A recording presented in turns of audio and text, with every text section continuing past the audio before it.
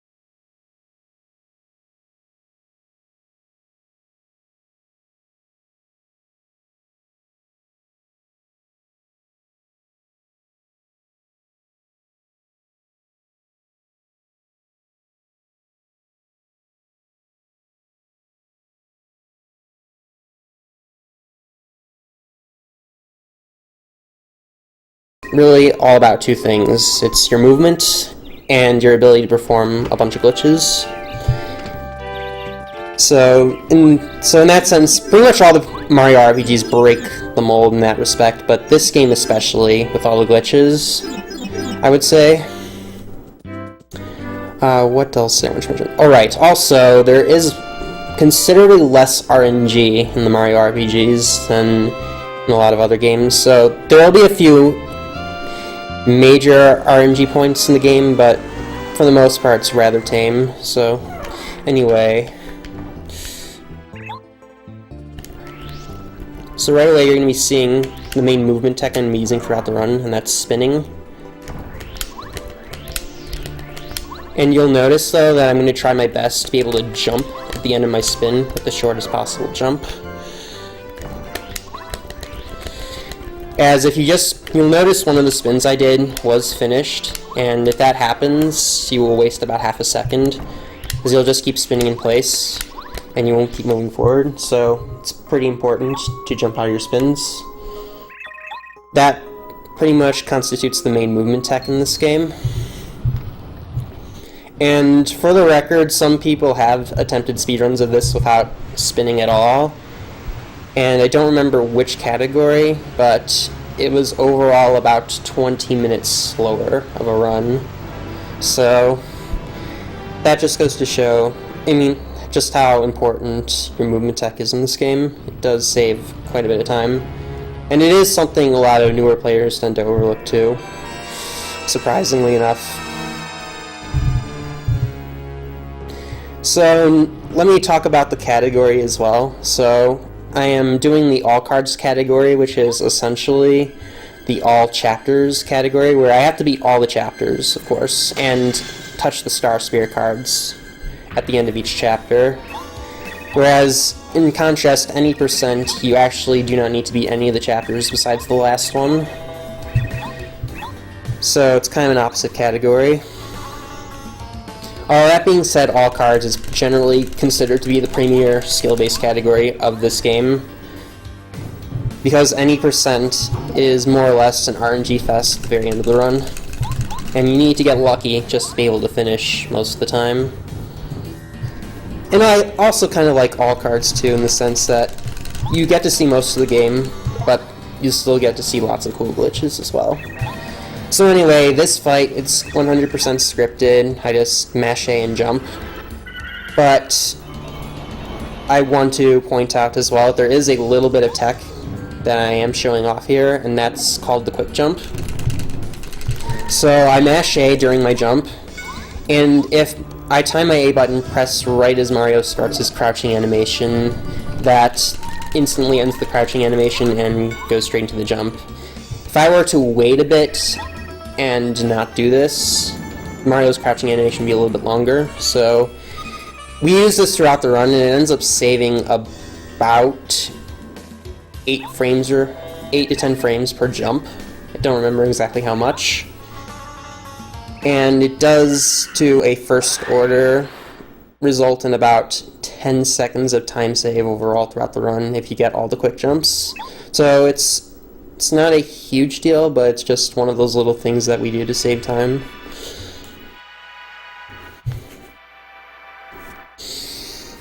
Anyway, this segment of the run, though, while I did say there are lots of glitches, the first 20 minutes is essentially the same as a glitchless run, so you won't be seeing anything interesting, just basic movements, really.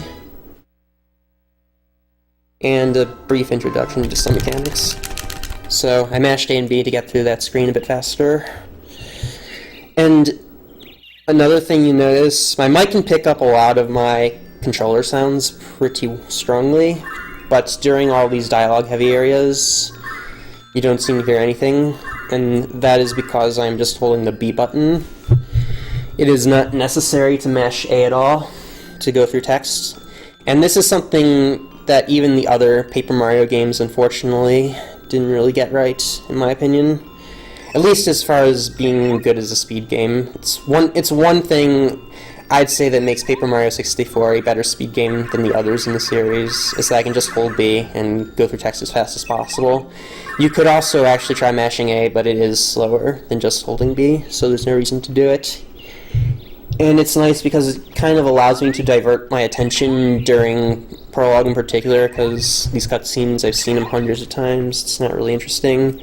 And the text is all in Japanese, so it's not like I can read it. Oh yeah, that reminds me, I forgot to mention earlier, so I'm playing on the Japanese Wii Virtual Console version. It is currently the fastest version available of the game. Some communities of other speed games make different consoles or different versions, separate categories, but honestly, we feel such a thing isn't necessary.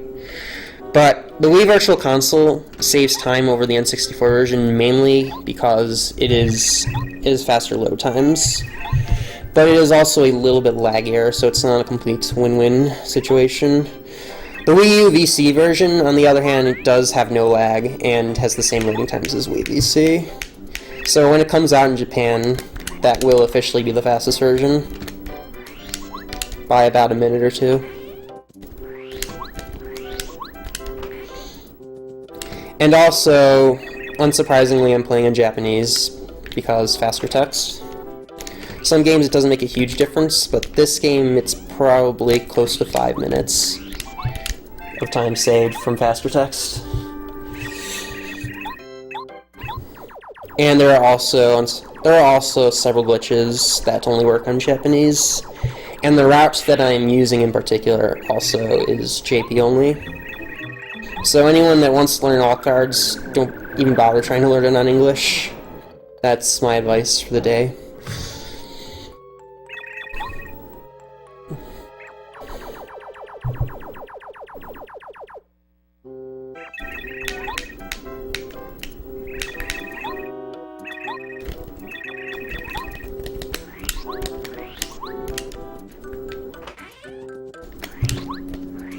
So I need to go right to that path that was just blocked off by Cam Koopa, but I need a hammer to break that block, so that's what I'm going to do right now.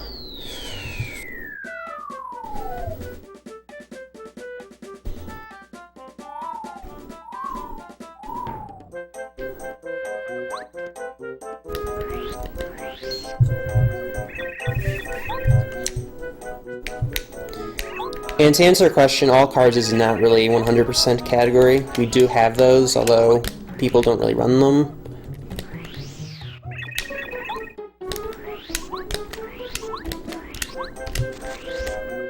Okay, so now I have the hammer.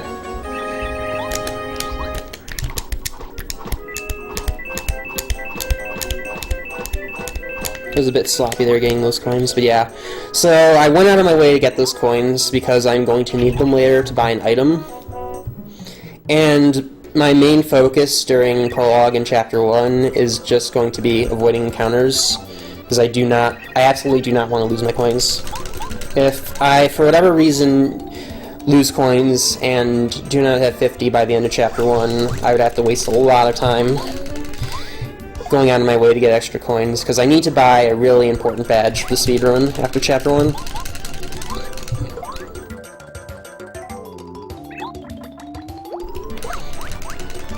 So this is just like the Bowser fight, it's pre-scripted, I'm just mashing A and doing quick jumps, etc. But anyway, with 100, I was saying earlier, we do have 100% category for this game, as well as a chalkboard category, which require collecting all the badges and star pieces. But again, nobody runs them because they're long and, quite frankly, not really interesting.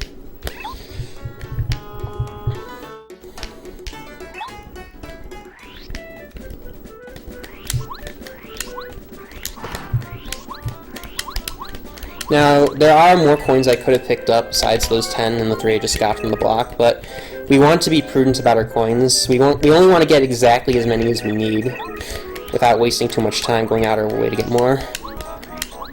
Though, in any well, pretty much every other category besides all cards, you would get bush coins as well in the playground. And that is because, well, there's a variety of reasons, but in Glitchless, for example, you need more coins to buy more items in the beginning, so hence you need more coins than Prologue. But thankfully all cards works out pretty nicely. All we need to do is hit that block and get 10 coins. And every other coin is not really out of our way, by and large. So now Goompa's giving me power jump. Saying no to these tutorials, very, very important. Not so much with this first one, as it doesn't take a long time, but there are 2 more that I have to say no to. And if I didn't say no, it wastes like 2 minutes.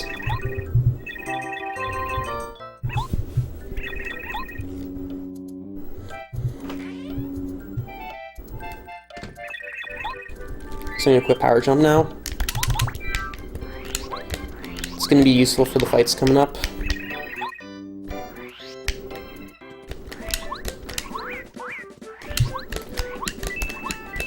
So these 2 screens can be kind of scary for newer players. It's very narrow, and I have to dodge all these enemies. But with proper strats, it's not too bad. What I just did is called the reverse swag hammer. Right as I entered that cutscene, I turned around and hammered. It's just doesn't really save time, but it looks cool.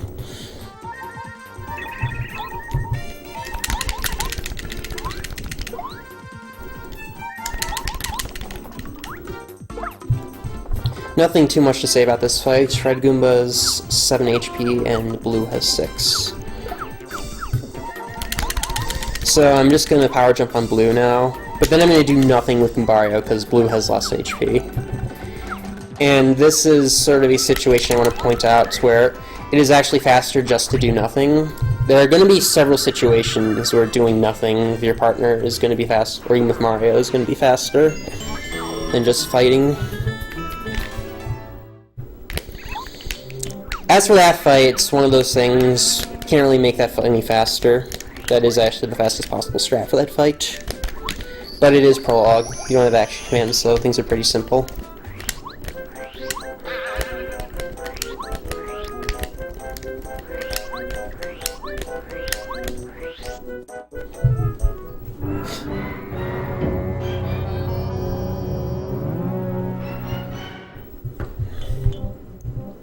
So this is the Goomba King boss fight. It's just like the Goomba Bros fight just did. It's extremely straightforward. You do want to be a bit careful with your menuing, because if you mess up, you can get yourself in a bad situation. In a lot of fights in this game, actually. And this game does drop input sometimes, so if you go too fast and don't pay attention, then you could very well lose your run to a menuing mistake. Something I am quite guilty of, even compared to other runners of the game.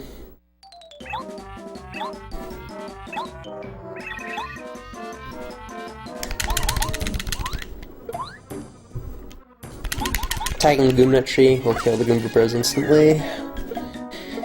There's one slight piece of RNG in this fight, and that's the attack he does, and he gave me the slower attack. So it's about a half a second slower. It's not a big deal, but something to point out, I guess.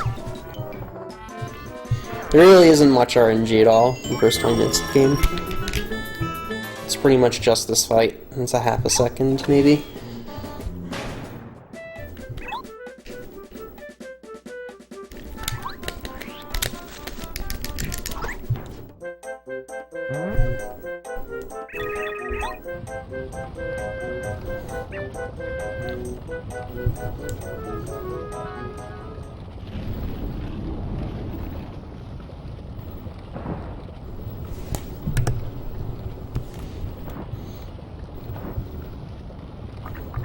Anyway, just to set the record straight, this time, honestly, is somewhat sloppy. I ended up missing the coin block a few times in the playground, so that cost me a few seconds. Other than that, the rest of this prologue's been fine execution-wise.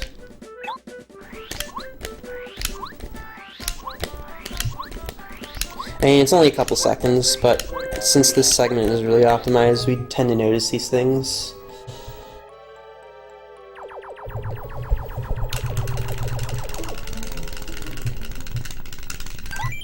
So I just saved and continued.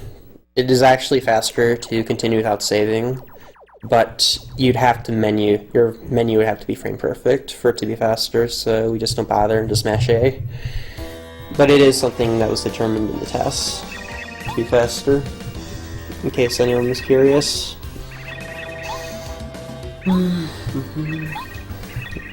So we're almost done with prologue. We just gotta go through this cutscene. Then there's another one, and then one more fight, and then the game starts to get kind of broken. So.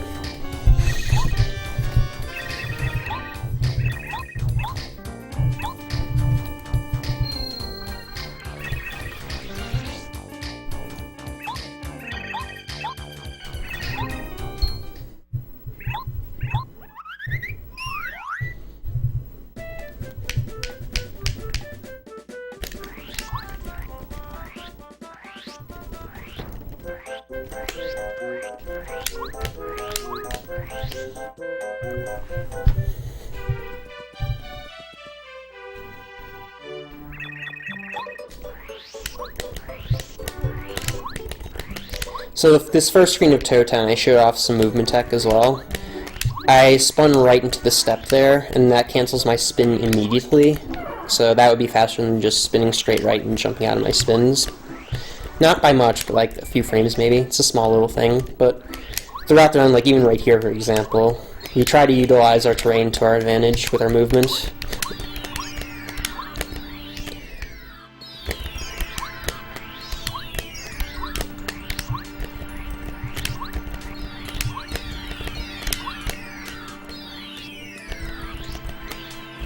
In fact, I didn't even need to jump at all, those last few steps.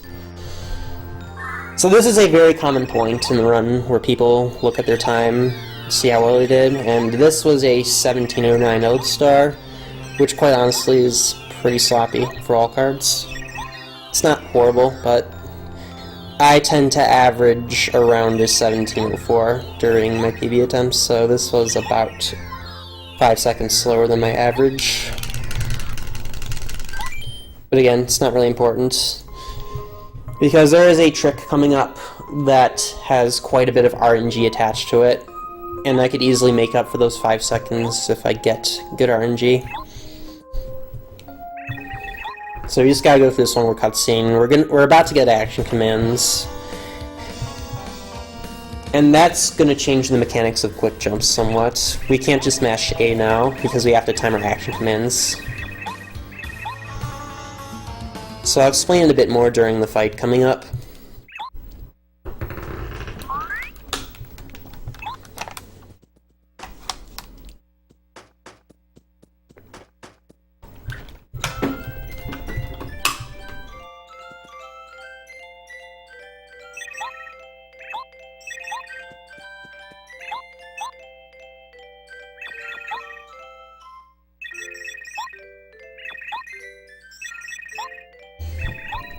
Anyway, I'll get this out of the way right now. I did make 340 my estimate, but honestly, my goal would be to get a sub of 310. time in a marathon, which I was able to do during both of my no reset runs I did for practice in preparation for this. So it's a pretty reasonable goal as long as I don't die to anything. Like, I can be really sloppy and still get that time.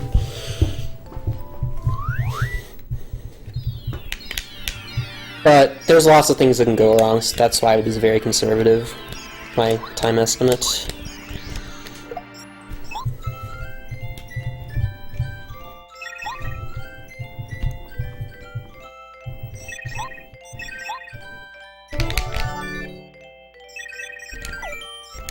And another nice thing is, for all these dialog boxes, I can just hold B to say no.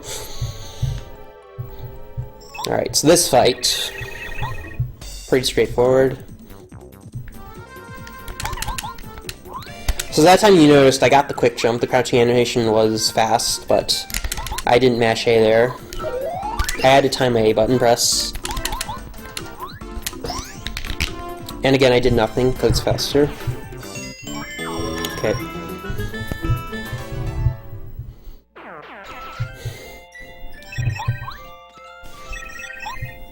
So coming up is a trick we're going to use to save about a minute compared to glitchless. You normally have to do this long cutscene by talking to Merlon, talking to the Black Toads, blocking my way to Pleasant Path. But we're just going to bypass them with some clever out-of-bounds movement.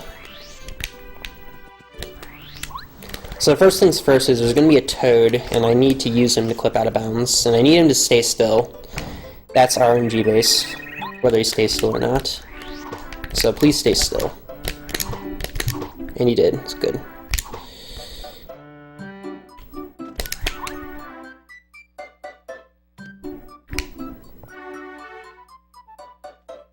So I played that really safe.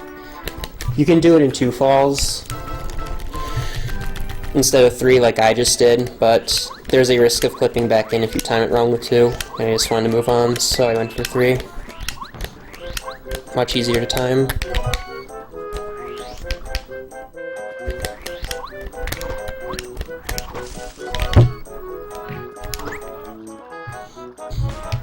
So another little thing about this screen is that when I got that power block, I was facing left. Now, items in this game, they come out opposite in the direction you're facing when you hit the block, which is a contrast to, say, TTOID, where it's actually random which direction it comes out. But thankfully, item blocks are well behaved in this game, so that works to our advantage in that situation. It would certainly be a bit slower if I knocked out the item on the other side and then hit the tree.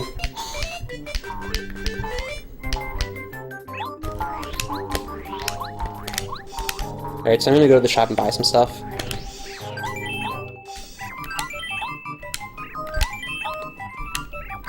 So I bought 3 pop box and a fire flower. I'm gonna need these for a bunch of fights coming up because my damage output is low. Actually, you know what? I'm gonna safety save here because I just remembered something.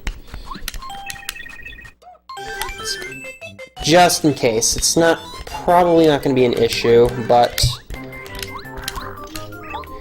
there is a minigame coming up where if I fail it, I could be in a lot of trouble.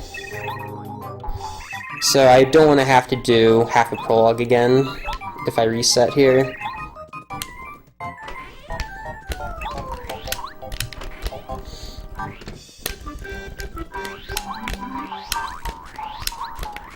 I lost quite a bit of time going for that safety save, but in a marathon run, safety saving is extremely important.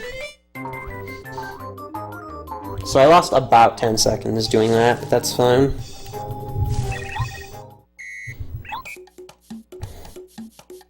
One, 2, 3, 4, 5, 6, 7,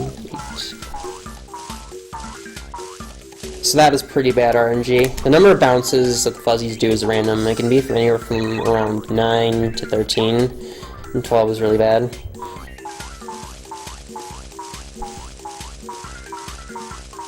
Also, the tree is random too, and it's landed on the right tree, so it's also pretty bad luck.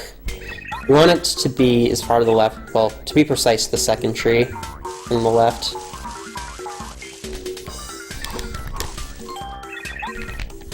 So those are really bad fuzzies.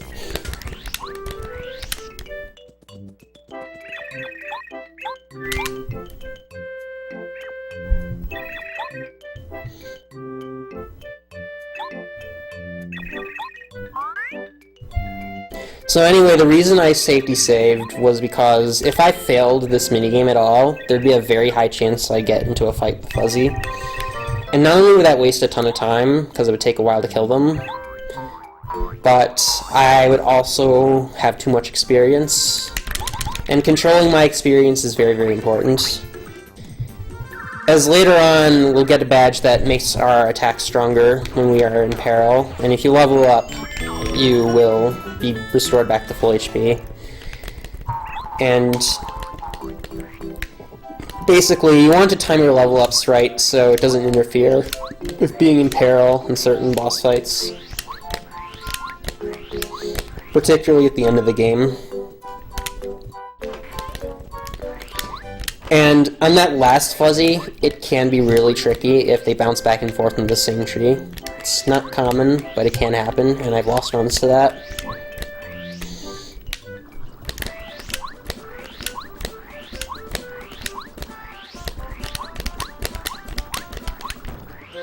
So now I got Cooper, I'm heading to Koopa Bros Fortress. Gonna need this Thunderbolt for a fight.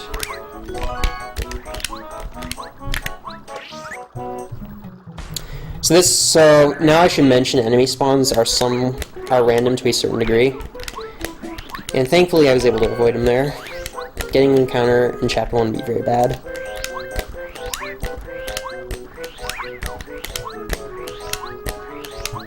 Because again, as I said, I need to maintain my coin count.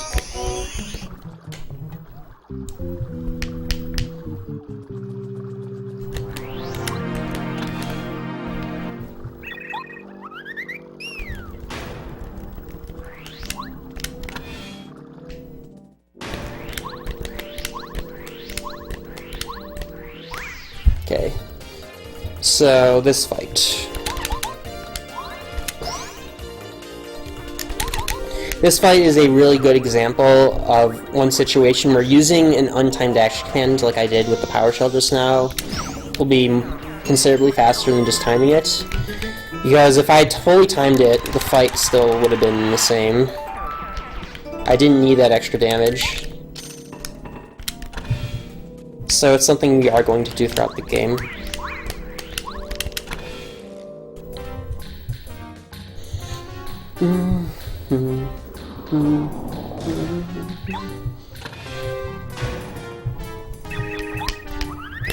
Okay, so I'm going to take a small detour in this room to get that badge in that jail cell.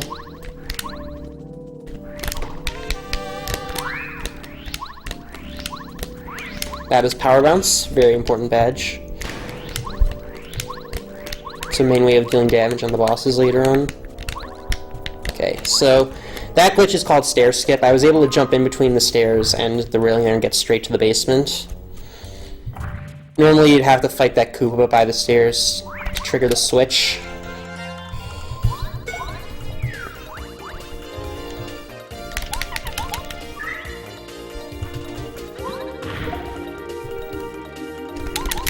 So these fights are mandatory, and that's why I went through the trouble of buying all these items earlier.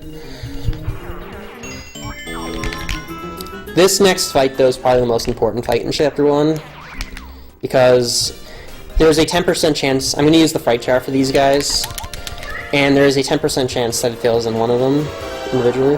And it didn't fail, so that's very good. If it did, I would have lost about 18 seconds, because I would have had to kill one of them off.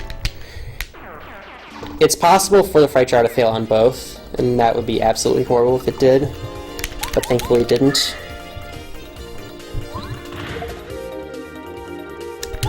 Thankfully these guys don't give much experience though, so you don't have to worry about your experience being messed up if you do have to kill one of them.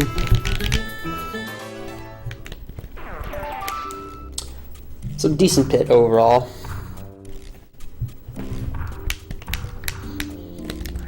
Alright, so this room I'm going to take a detour. I'm going to jump on the fire bars. Well, on top of them, or over them I should say.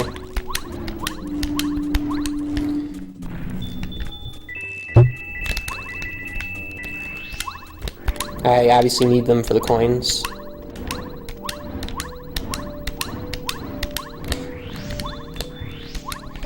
Miscounted my jumps there.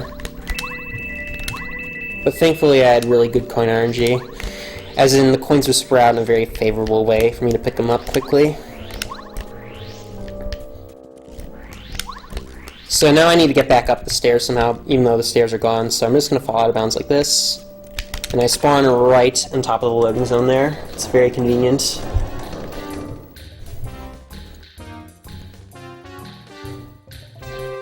It's kind of hard to explain how out-of-bounds mechanics work, but the idea is when I'm falling down like that into the void, the last piece of solid ground above me, when I reach the very bottom, is where I'm going to respawn. And if there is no solid ground above me at all, then I'll just respawn right where I started falling from. So in that case, I wanted to fall down and maneuver myself such that the last piece of solid ground above me would be that loading zone by that top door, and that's what I did. It's kind of nice also that the developers never accounted for us being able to get down to the basement or the pit, whatever you want to call it, without lowering the staircase, so getting out of bounds is extremely easy.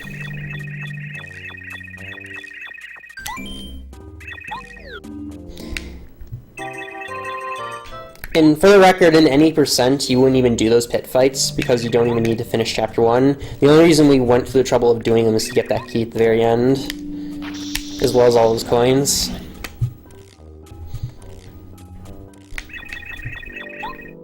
So now we have Bombette. Very useful partner.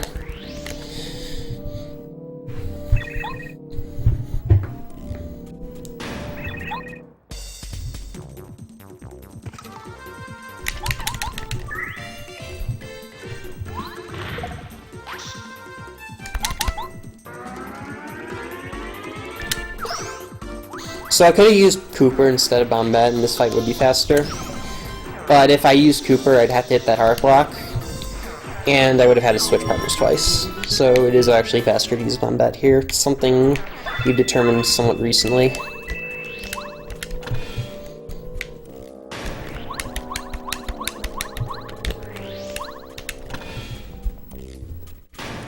So I'm getting this key over here. I need to lure this guy out far away.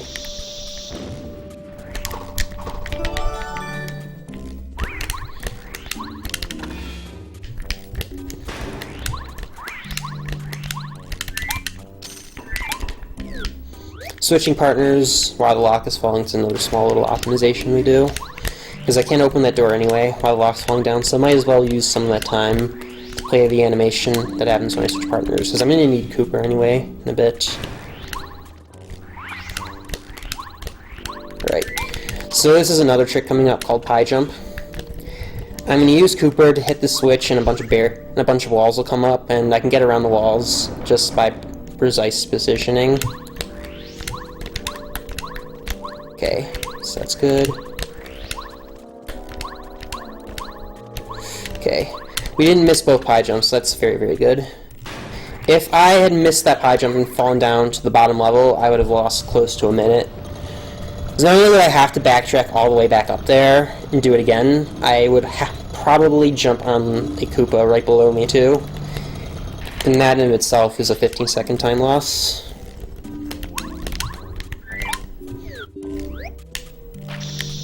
I usually use a slightly riskier strat for that last pie jump, but I took it pretty safe because I didn't want to miss it.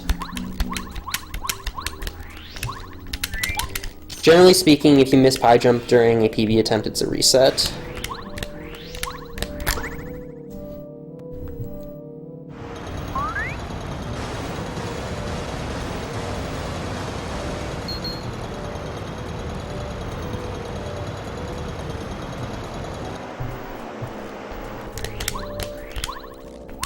There's really only one more scary thing we kind of do, and that's the room coming up, where we have to dodge a bunch of bullet bills. And getting into an encounter with the bullet bill is extremely bad, because you need to pick up your coins like with any other encounter, but you have to do so while dodging more a barrage of bullet bills. So there's a very good high chance to lose coins here if you get in an encounter by accident.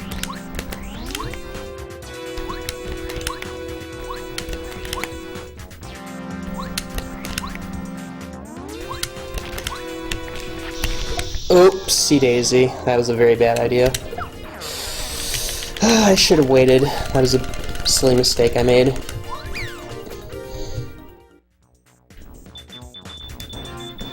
And that's really bad.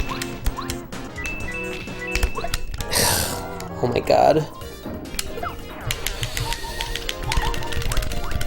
That's actually really, really bad.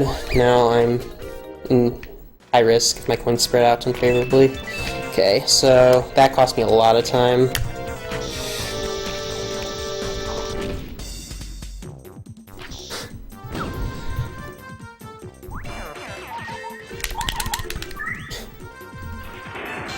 Usually if that happens, I just reset, honestly.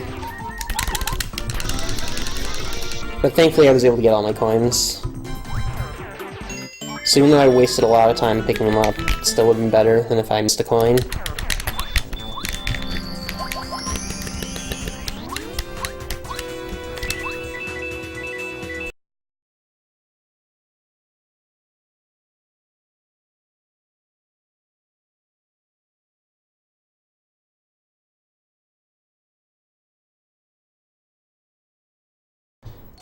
Yeah, about 30 or 40 seconds.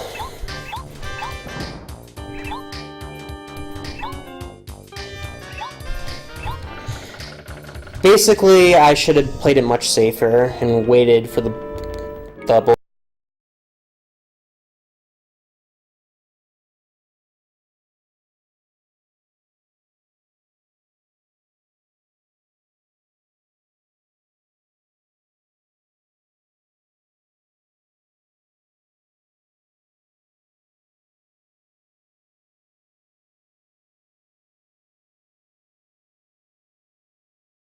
The very end for the bullet bill to start, or the blaster to start firing bullet bills before you place bomb bet down.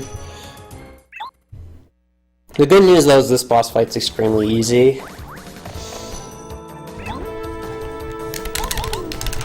There's really not much you could do to mess up this fight.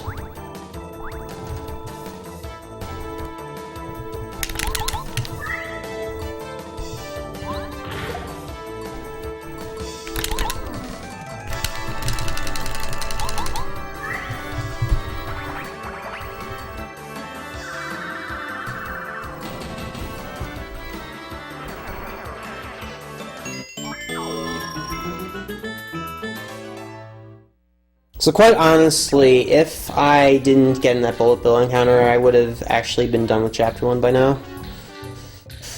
But this is a marathon, and when you make a mistake, that'd be a reset, of course. You just have to continue.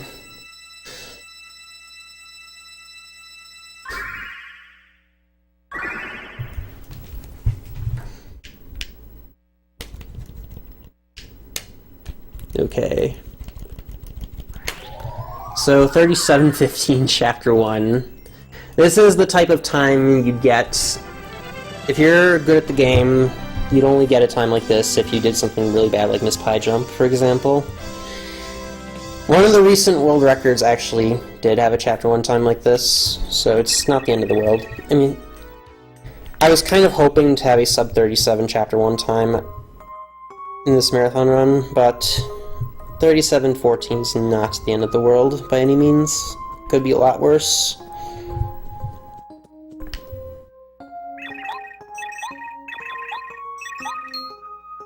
And it's kind of a good way to showcase just some of the worst things that could happen during runs like that.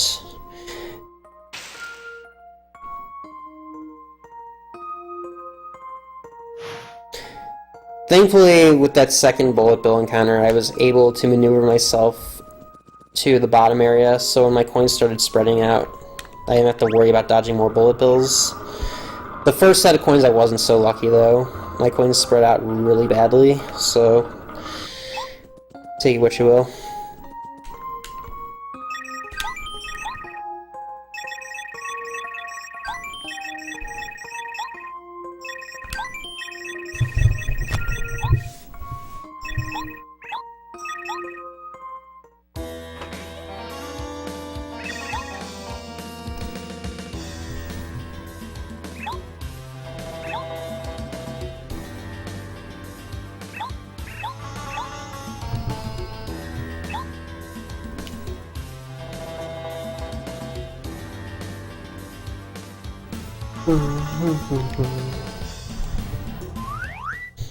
So not much to say about that cutscene, very straightforward. So now that we're done with Chapter 1, we have all our coins now. At this point, it's just a matter of getting back to Toad Town, avoiding encounters there as well, because we can still lose coins to that. Saying no to this tutorial, very important. If you say yes, you lose 2 minutes. It's a very long tutorial.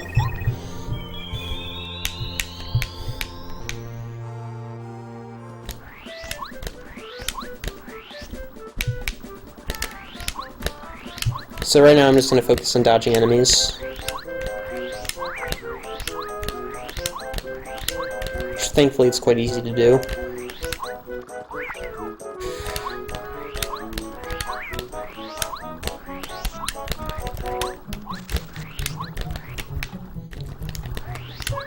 Gonna go out of my way here, pick up a honey syrup.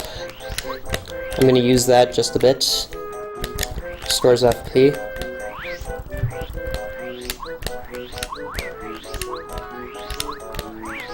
Okay, so we avoided all the enemies, so we don't have to worry about losing coins now.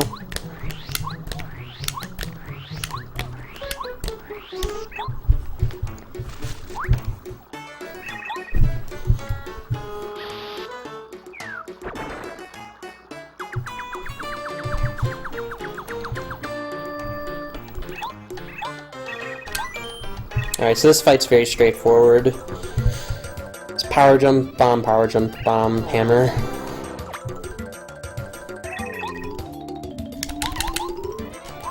People used to give me a lot of flack for this fight in the past, though, because I would often menu too fast and make a mistake here and lose time. So we'd often joke that Bass would say that Junior Trooper number 2 is the hardest boss in the game.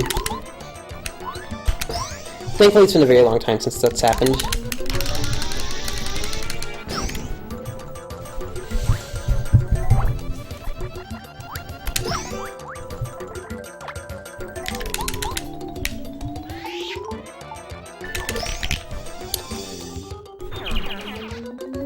Alright, so we're done with this fight. And now we're going to have to deal with probably one of the most significant pieces of RNG in the entire run, and that is Speedy Spin. So that's the badge I need to buy in this screen.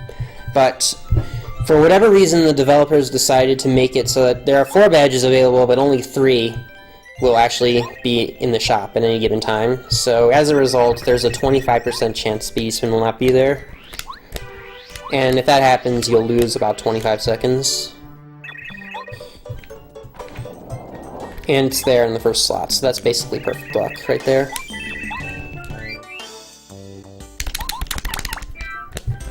You might have noticed I had 51 coins and I only needed 50. We kind of grab 1 extra coin typically because it doesn't hardly waste any time, and just in case you lose 1 coin, you'd still be fine.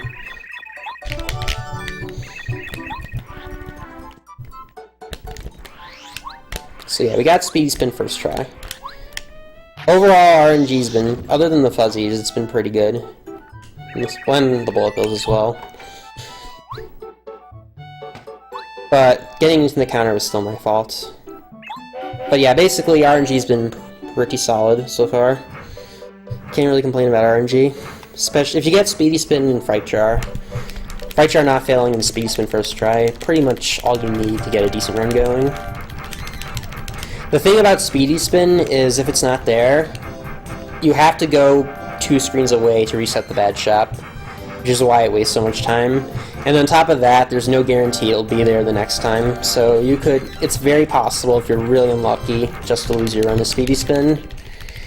I've heard of someone in my chat last night actually went and claimed that in a glitchless run it took him 11 tries to get Speedy Spin, which I'm kind of skeptical of, but it's not impossible.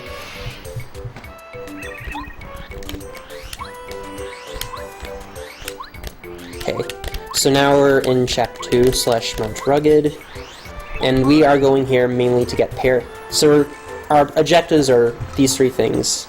Get Paracarry, who's a very useful partner.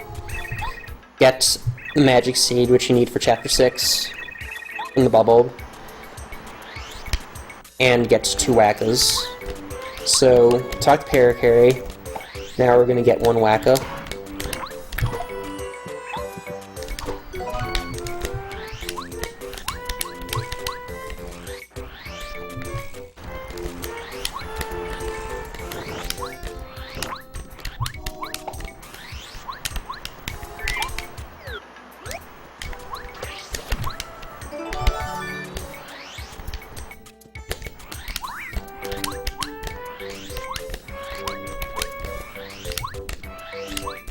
So right now we're just getting letters, because we need these to get para-carry. There are 3 of them in total.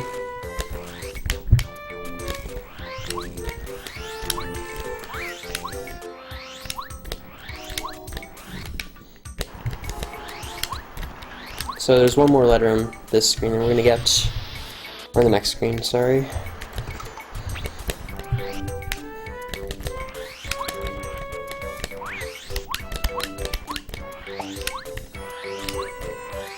Okay.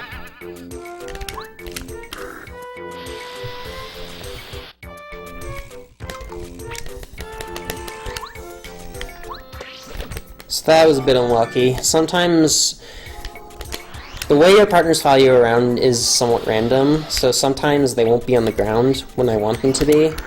And I wanted to use Cooper to grab that letter from far away, because that would have been faster. But he didn't stay on the ground, he didn't catch up to me, so I had to waste an extra second or 2 waiting for him.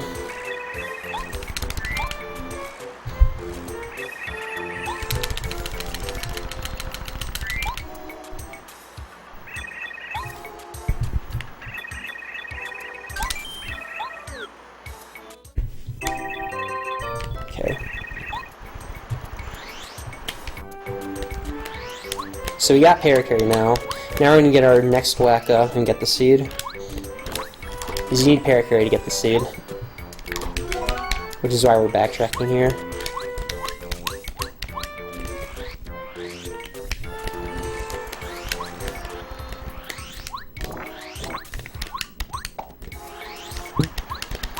Honestly, there's not too much else stuff to talk about. It's just basic movement, really, that we're doing in Mount Rugged. So, okay, now that we've got the seed, right as I say we don't have much to talk about, now we got lots of stuff to talk about. So, now that we got the seed, we actually have nothing else that we need to do here. So, obviously in a normal playthrough, we'd keep going right and continue Chapter 2 normally, but now instead we are going to take a detour and head back to Toad Town, because we pretty much got what we needed here.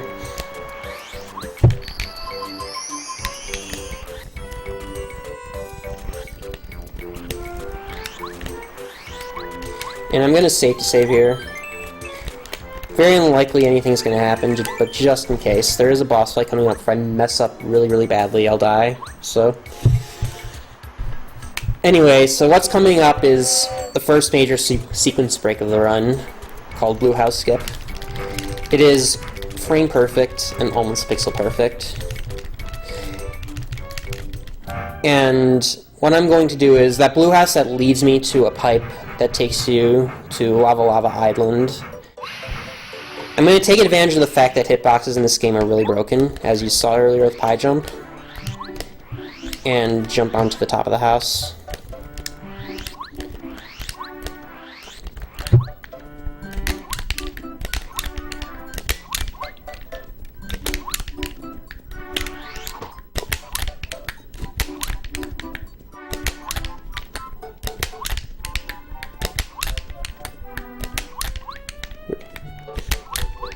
Okay.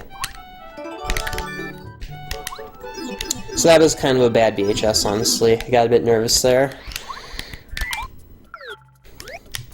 But anyway, what we're doing now is we're gonna go to basically we're gonna go to Chapter 5.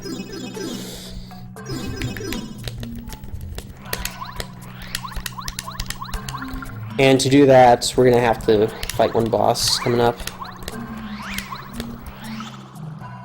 So quickly switch to para-carry.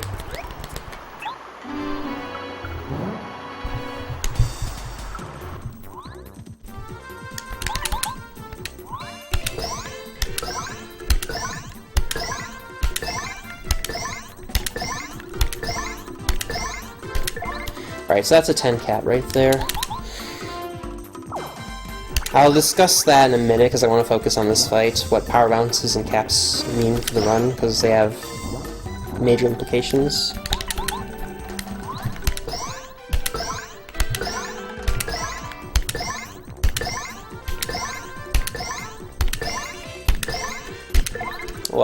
Okay.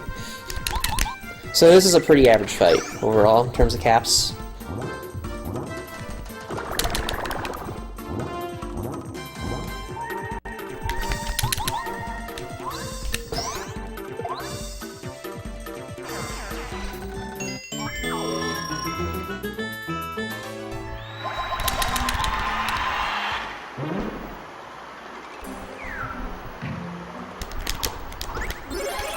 So this sushi time is going to be really bad, but it's mostly because my chapter 1 time was well below average. But yeah, so anyway about that fight, so I didn't really have a chance to explain it. I really wanted to focus, because if you don't focus, it's very easy to miss a power bounce on them. So essentially the way power bounces work in this game is that the number of total bounces you are allowed to do on any enemy, particularly bosses, is random to within a certain range. So with Blooper, for example, it can range anywhere from 8 to 20, supposedly. I've never gotten 20. I think the highest I've ever gotten is a 17. So what caps you get on that fight determines how much time you'll save, kind of. And I got a 10 and an 11 cap, so that's a fairly average fight. Above average fight would be where your caps are such that you beat them in 2 turns instead of 2.5 like I just did. So, for example, if you got a 10 and a 13 cap, that would be enough to beat them in 2 turns. But you can also get lower caps, where then you need a power bounce on turn 3. And that would be really slow. In the best case scenario, you'd power bounce, shell shot, and power bounce. You need really good caps for that, but that would be the perfect fight. And you get what's called a 1.5 turn blooper. And this is really unlucky. So in order to dodge that spear guy, I needed him to notice me, and he decided to just do his own little thing. So that cost me about 3 or 4 seconds right there. But I went out of my... So I only really came here just to do 2 things. One is to get sushi, which I need, because my main objective is to go to Chapter 3, and I need sushi for that.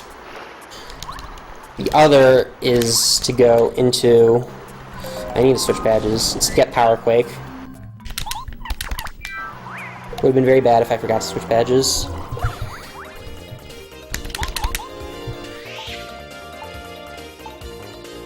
So Power Quake's another really useful badge.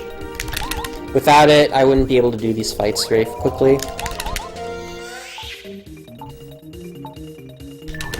So now, what I'm mainly hoping for with this fight is to get an FP drop. It's about a 50-50 chance if I get it, and we did get it, so that saves me a honey syrup. So hence it saves about 6 seconds overall by getting that. If I didn't, I would have had eaten that honey syrup before doing this fight.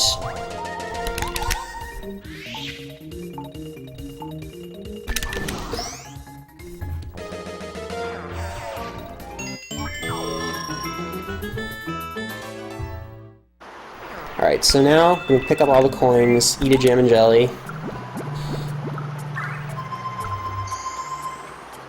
Because I wouldn't have enough FP for this next fight coming up.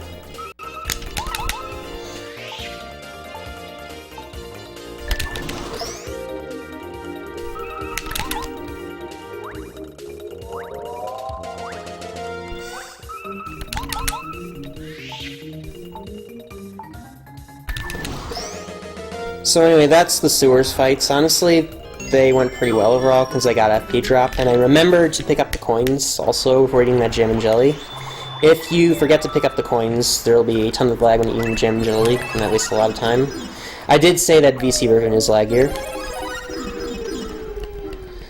So anyway, that wraps up the sewers part. So overall I got Spear Guy trolling me like that, so it's not that good of a segment, unfortunately.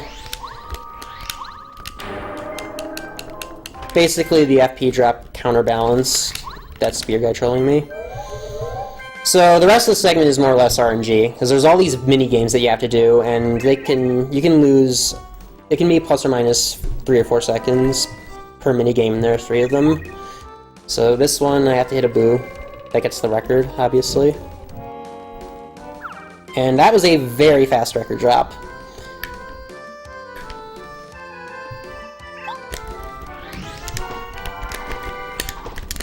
And I kind of squandered it a bit, because it took me a while to hit him. But whatever, not a big deal.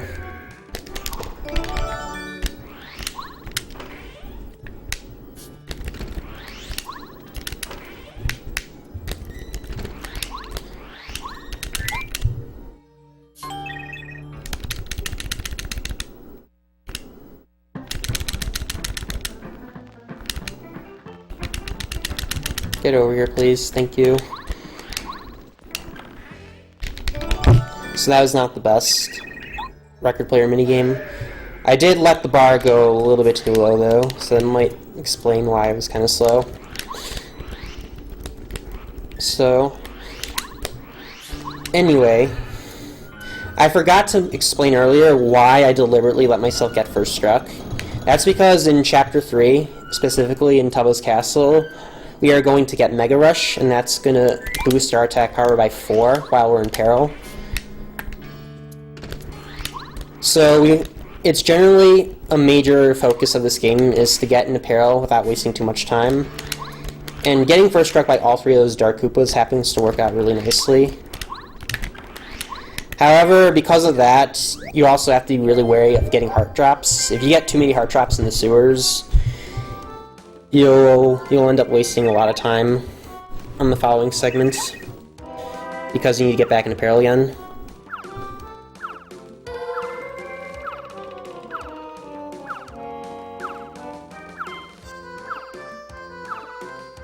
So that was the worst possible luck on this minigame just now. It ranges, the number of times they throw the boots towards each other is anywhere from 6 to 10, and also how quickly they throw it is random too. So I got really slow throws, and it was 10, so hence essentially the worst possible luck. Whoops.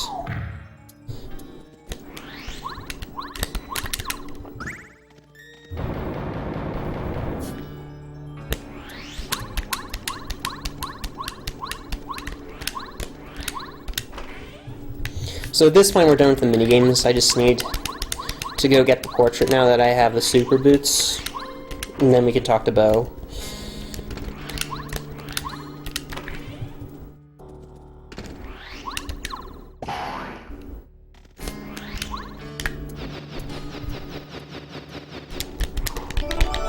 So now we got the portrait. A funny thing I should mention is if I fell down the bookcase there, I'd have to go all the way back up, and it would be a run-ending mistake if that happened in a serious attempt. Although I've never seen it happen to anyone, myself included, and I'm known to choke on lots of weird things.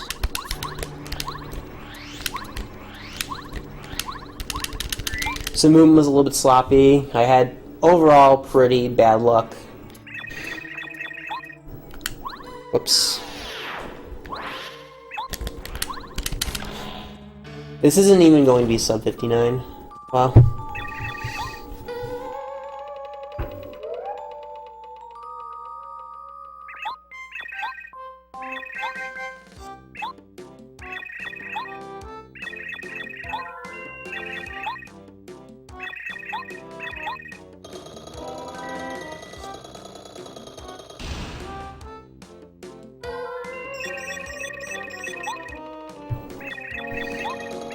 So this is, I don't have my PB splits open right now, but just for reference, this is more than a minute slower than my PB now. I mean, most of it's because of Chapter 1, but that segment was also pretty bad too. I'm gonna safety save here also. Because now, keep in mind, I am at 1 HP, so if I get first struck by anything, I'm dead, pretty much. The exception is the Paragrumbas on the next screen. They only do 1 damage, but I have to block. And just in case I don't block, I don't want to have to do the entire mansion again, so Better safe than sorry.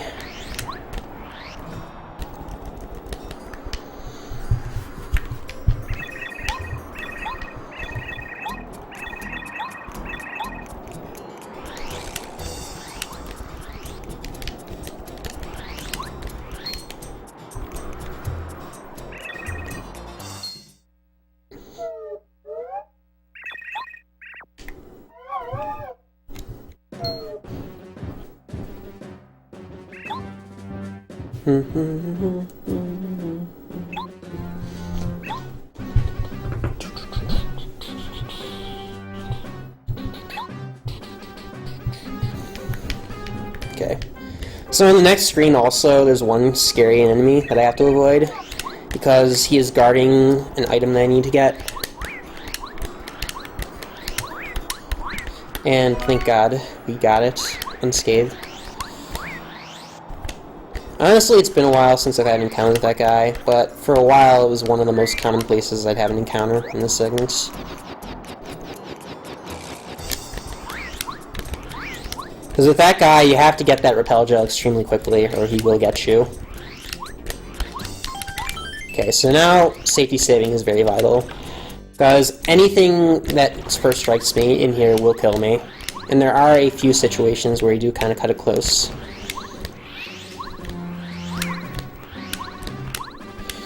So, just some lingo to get out of the way. To get first struck by a clubba, we often refer to it as getting club-bopped. It's a fun little jargon thing, I guess.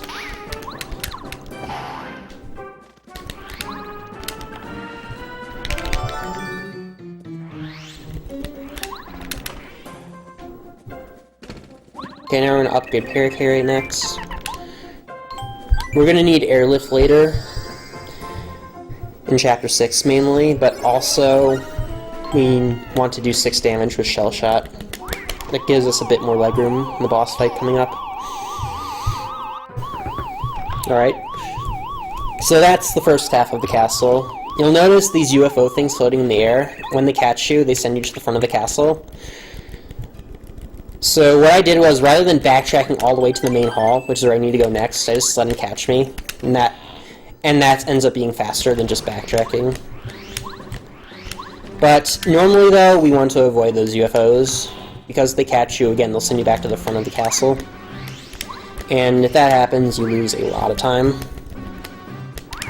So that clubba right there is another relatively common place to get club-bopped at. But if you practice it, it's not too bad. Like pretty much anything else in this game.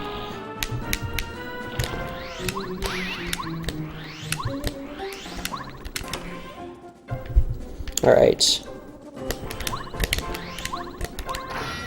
So, I was able to get through the spike room area in one cycle because I had speedy spin on. The game developers intended you to use bow there to go out of sight and then come back. And that's obviously slower, because we'd have to switch to bow, and we'd have to wait for the spikes to lower. But if you do actually fail and get hit by the spikes there, you would lose more time than just using bow. So it's a risk versus reward type thing. And that's Mega Rush right there that I just got. That's how I'm going to do a lot of damage against enemies on Pero. And I almost got club-bopped there. That was a very close call.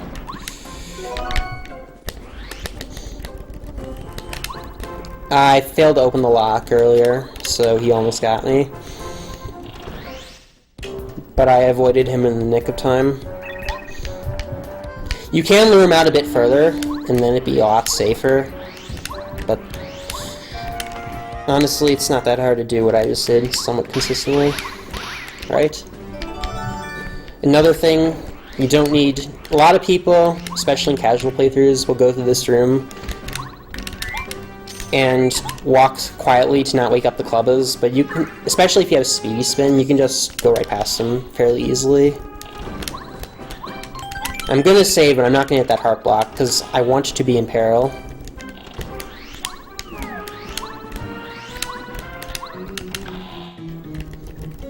So the reason I am saving, honestly, is I'm going to show off a trick called Quick Escape, which lets me do the escape sequence coming up 5 seconds faster. And rather than just have him chase me and go down the stairs the way I came from, I am going to actually go behind him and then use Paracarry to get out of bounds and then get right to the bottom floor directly. The risk, though, is if you mess up the trick, you will actually get an encounter with Big Boy Tubbo right here, and when that happens, your bar starts off at the bottom. So there is a 50-50 chance that he will just kill you. And even if he doesn't kill you, you'll get sent to the other side of the door and have to decide doing the trick again, or just going down the stairs. It ends up wasting about 20 seconds when that happens, so it's still, even if you survive, it's still really bad to get an encounter with him here. Alright, I'm gonna mash A here, because if it's frame perfect, but if I get it, I didn't get it. But you could jump right as you open that door. It's called a swag jump.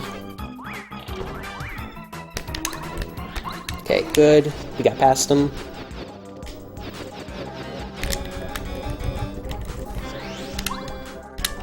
So that's Quick Escape right there.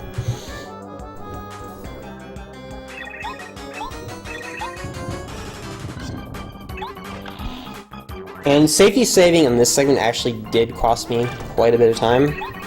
Probably about 10 seconds overall. There was nothing really sloppy in this segment. In all honesty, it was actually pretty solid, if I do say so myself. Just slight movement things here and there.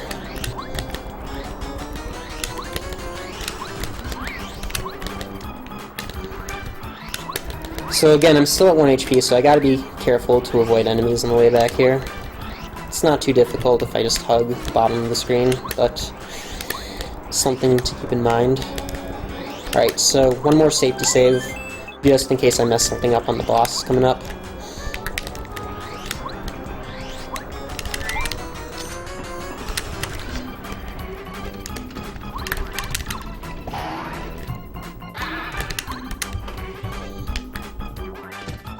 One,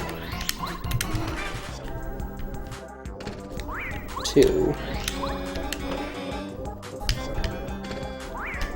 3. So I'm equipping Power Bounce and Mega Rush for this fight, and that's why I counted the screens. I didn't want to accidentally go into the boss fight and not equip him, because every room looks the same, so if you don't pay attention, you can easily lose count.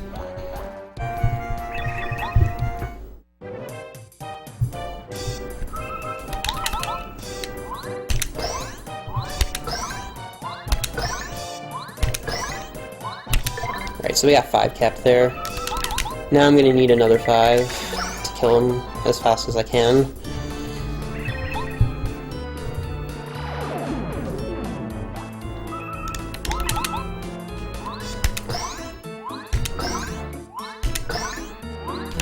Alright, so we got double 5s. That's good enough. So, weird thing about that fight is he has 50 HP, but if you do 45 damage to him, he'll run away. So effectively, he really is 45. And because of that, it's quite easy to kill him. And on top of that, he also will always use his charge-up attack if he takes enough damage. And that's why we don't need to use Out of Sight at all in that fight. Quite honestly, most boss fights are a lot less forgiving than that one. Is if I got bad power bounce caps on him, the worst thing that would happen is I'd have to use a shell shot on the second turn, and that would be 3 seconds wasted. Not a big deal.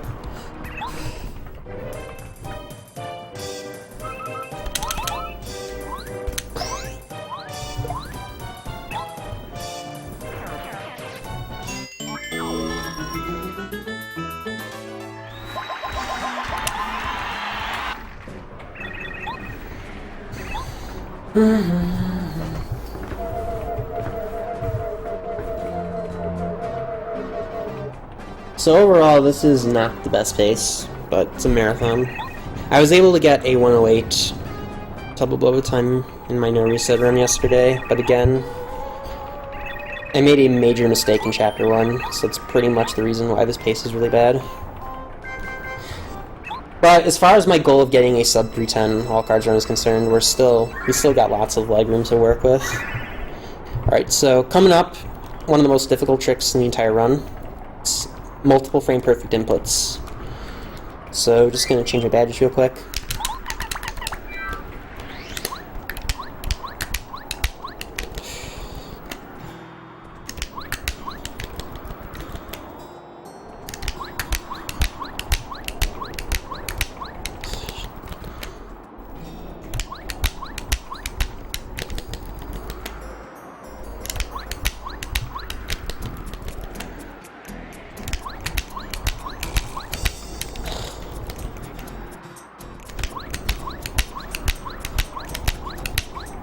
That was kind of slow, honestly. But again, it's not an easy trick. Somewhat nervous, and the screen was lagging a bit too. So keep that in mind. But it's kind of a confusing trick, but I'll explain it really quickly right now. We call that trick loading zone storage. And what that entails is you jump onto a loading zone. If you are touching the loading zone for one frame, you trigger it, but you'd have to be on the ground for another consecutive frame for it to load the next screen. So what I'm doing is I jump on the loading zone for one frame just to trigger it, then do repeatedly frame perfect jumps away from the loading zone until I can trigger the loading zone from farther away. And my goal was to touch the card and then trigger the loading zone right afterwards. Well, and then load the next screen after touching the card. And that skips the Peach cutscene. Whoops.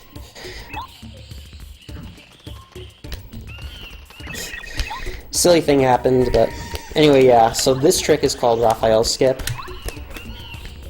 It skips most of Chapter 5.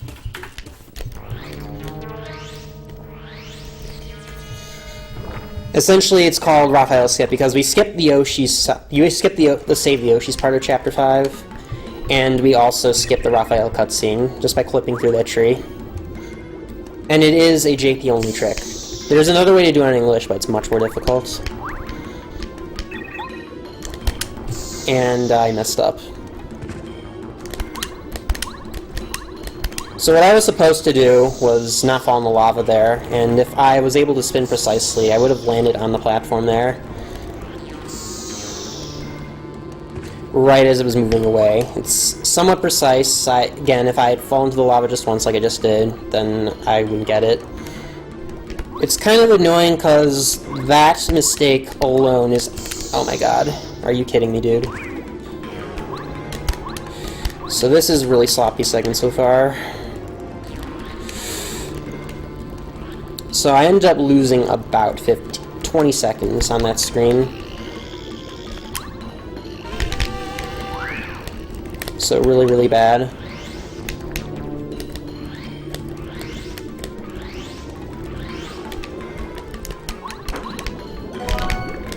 Getting that life shroom, I'm going to need it for the boss fight coming up.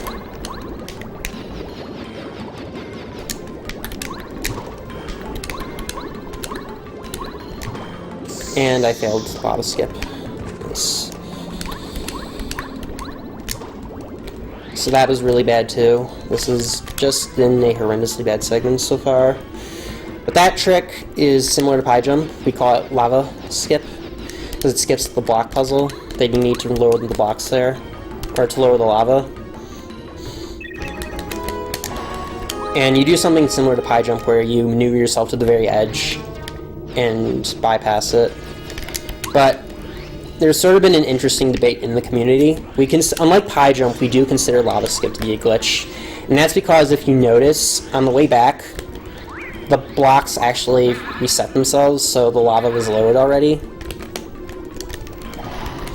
I was thinking about saving there, but I realized it's not really necessary. So yeah, it would automatically lower the blocks. And I guess this would be a good time to talk about triggers. So, talking about triggers in this game is very important, as it's one of the reasons that we're able to sequence break the game so effectively.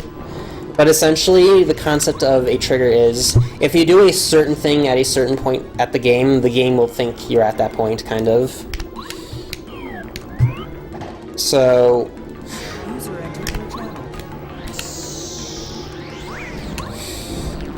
I'm going on these fire bars here as I want to get an apparel, because I need to be for the boss fight. So that's the one nice thing about failing early cycle and I would skip a bunch of times, is I could easily get an apparel. If I didn't though, I'd have to use a menuing trick to hit the fire bars and jump on them repeatedly. Because when you jump on the fire bars normally, your invincibility frames will delay you from hitting it again. Alright, so this trick's called Flare Carry. I'm going to go through this wall of Flare Carry. And we got it first try. Good.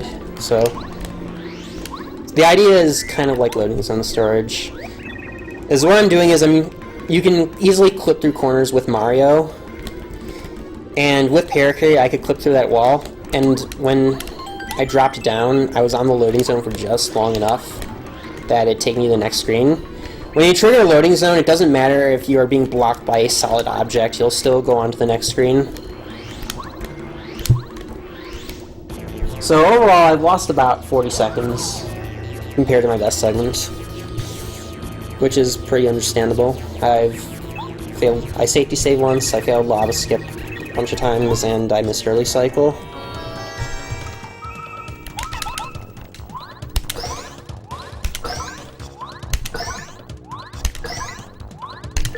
Alright, so we got 5 cap, that's good. The ideal fight is I get 2 5 caps on this first phase. That would be a perfect fight. Is then I wouldn't have to use a belly flop at all.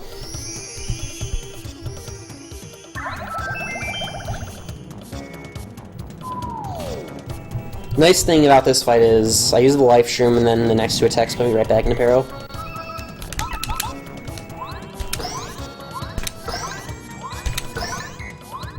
And we got 4 capped. That's kind of a downer. If I had gotten the 5 there, I wouldn't have needed the belly flop.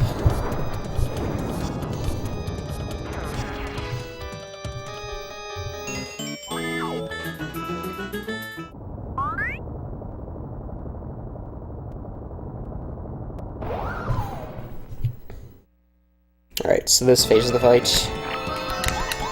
Sushi Squirt, that removes the fire. I don't have Ice Power or Fire Shield on, so I can't jump on him without doing that. This next phase of the fight, there is not really any RNG. I just need a 4 and a 3 cap to beat him, which is very easy to achieve.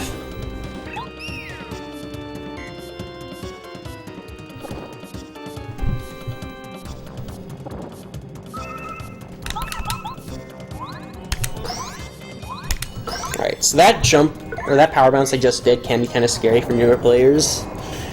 Because those bomb things that the buds shot out affect the arc of your jump, and this fight itself is also kind of laggy. So just keep that in mind. It's kind of easy to mistime your power bounces there, and if that happens, you're kind of screwed. It's the main reason that I safety saved before this boss fight.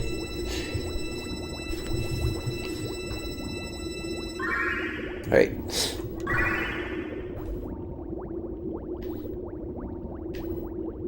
So overall, pretty bad segments, but what can I do? This is... How should I describe that? This is still quite good, and this is still more than good enough for my goal for this marathon. We're almost halfway through the run, and I can still, if I played really, really well, I could get like a 303 still, even with this. But realistically, if I played average, I'd probably get like a 305 or 306, is my guess. But that's a lot to ask for, still. Because the 2 no reset runs I did in preparation for this, I got a 309 and a 308. The run with the 309, I ended up dying to Lava Piranha twice by accident. So that was the main reason for that one. And the 308, my late game was really bad. Specifically, I lost several minutes to some of the tricks towards the end of the run. So This particular cutscene you'll notice is different. Is right when I touch the card, I don't go straight to the Peach cutscene. I have to do this escape sequence first. And that's gonna come into play a bit later into the run, as most Peach cutscenes are triggered just by touching the card. It's one reason, for example, why doing LZS on this card would be effectively useless, because you wouldn't be able to skip this cutscene.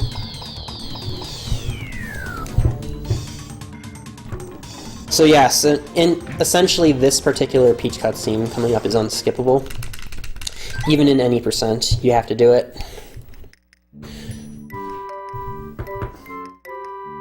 So the reason I estimated 30 minutes over, I stated this earlier, but there are lots and lots of things that can go wrong in a Paper Mario speedrun. So you gotta always be prepared for the worst. I mean, realistically, at my skill level, I probably could have... It might have been more sensible to give a 325 estimate, but I always want to be prepared for the worst. It'd be pretty embarrassing if I went behind schedule.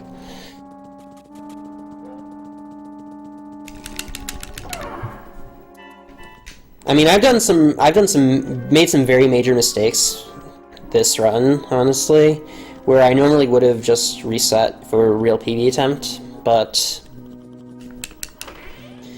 you know, it's a marathon, so it's not a big deal. And we're still well within our estimate, as I've said. But yeah, there's one fight at the end of the game where you cannot make any mistakes on. If you do, you have to restart it, and that costs 6 minutes. So my ultimate fear is I get nervous and choke on that fight, and have to reset a bunch of times. That's kind of what that estimate takes into account, mainly. As I've said, I've been able to get sub 310 with some major mistakes before.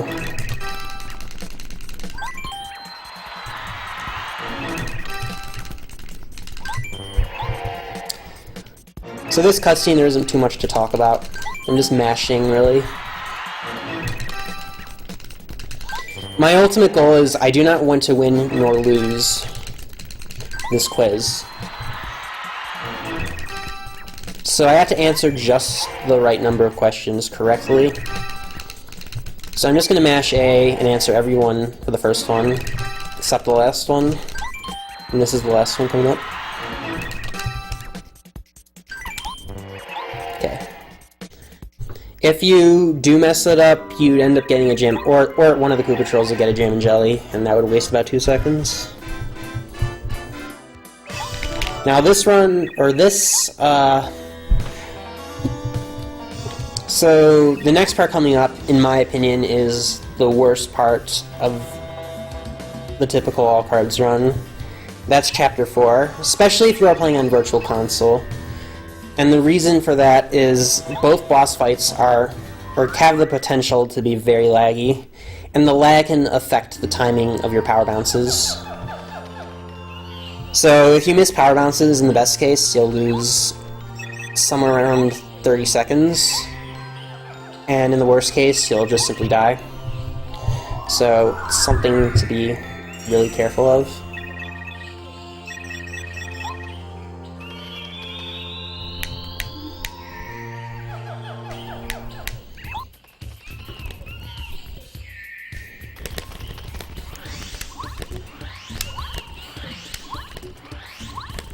So before I leave, though, I'm going to make sure to remember to get the seed, as I'd be in a lot of trouble if I forget to get that seed right now, because I'd have to re-trigger Chapter 5 somehow.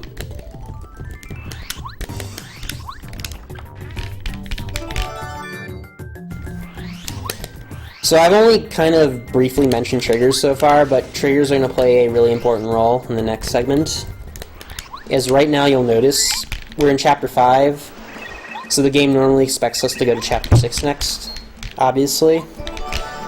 So while we can enter the toy box, we're going to need a way to make the game think we're in Chapter 4 again, because if not, then we can't fight the bosses, and thus we can't get all the cards, and therefore not satisfy the requirements of this category.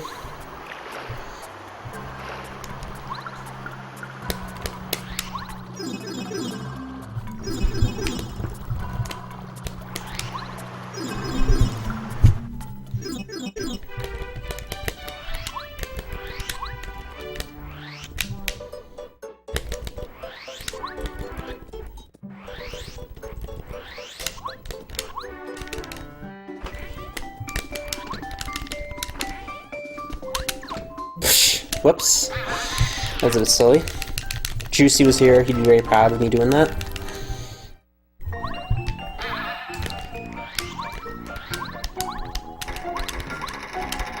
So now I'm going to do something kind of confusing. I'm going to go to to green station first. I ultimately want to go to pink station, but there's a little thing I need to do first.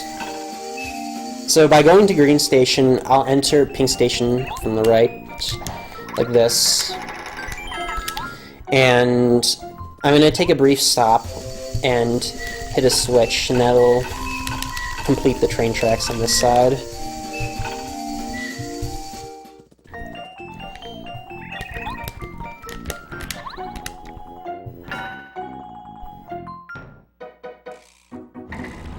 So that's that.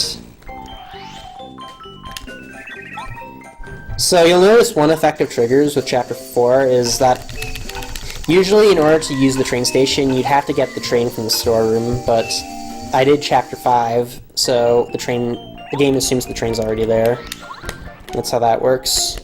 So anyway, the reason I need to go to pink station is I need to get to that chest and get what's inside it. And what's actually inside it is a frying pan that you normally give to Tasty T. Hello? Okay. That was kind of weird, but yeah, so I'm going to use another glitch here, similar to flare carry. I'm going to clip through this wall here. Using para carry.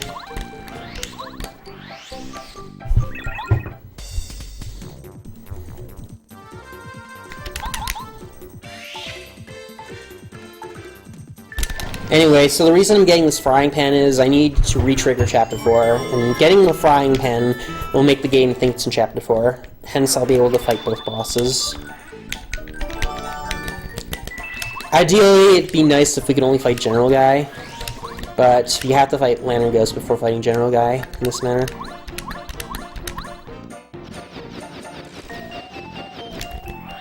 So you might be wondering why I did that trick again. The reason is that balloon guy. If you just use the Jack-in-the-Box to get away, he can first strike you. Because while you get off the Jack-in-the-Box, there's a brief moment of time where you can't move, and he's right there, so it's a pretty decent chance he'll get you. There is a bit of a time limit, though, when I do that, because if I do that trick too slowly, Shy Eyes will start coming out of the revolving door, and it'll get me. Alright, so major safety save here. There is a rather scary boss fight coming up. I am the scariest boss fight in all cards.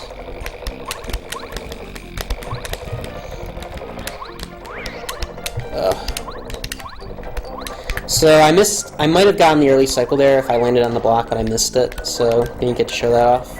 But it's similar to the thing in Chapter 5, where if I moved just fast enough, I could get on that platform at just the right time and save, and that would save about 5 seconds if I did.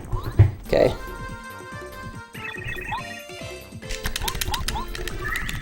You can tell just by looking at the menus already, this fight is extremely laggy.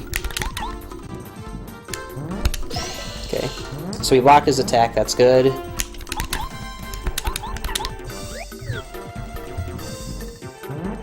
Now I'm in peril. That works out very nicely for me. Right. So the next 2 turns are kind of scary.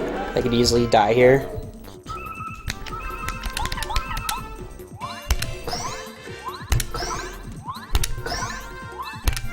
Alright, good. We got a 5. That's exactly what we need.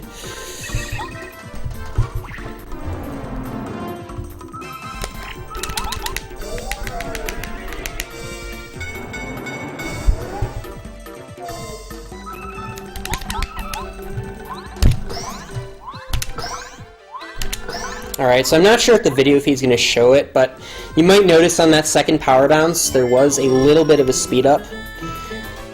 So Mario kind of teleported directly to Lantern Ghost much earlier in his animation than I would have expected. So when that sort of thing happens, the only way to really counteract it is to power bounce, either react really quickly or to power bounce earlier.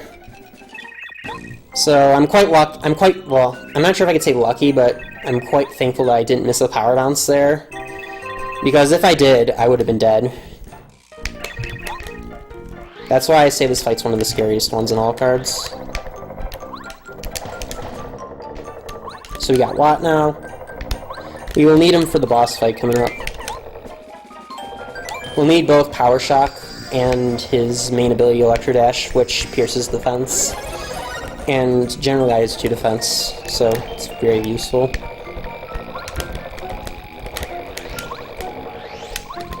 Alright, I'm gonna save again. Because just like with Lantern Ghost, you can get speed ups on him and miss power bounces. And if that happens, you should be okay, but just in case, it's very useful to save there.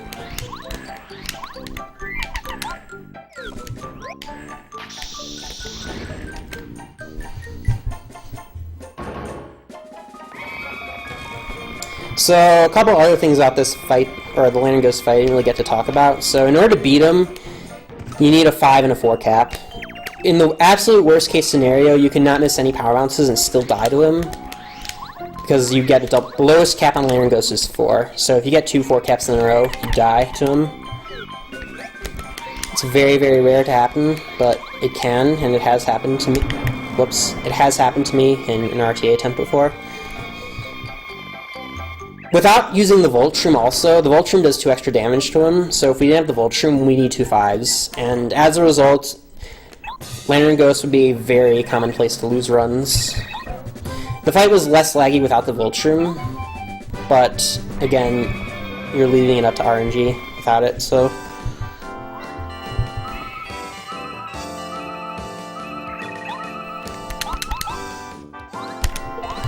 And are you kidding me, dude? Well, that's a reset.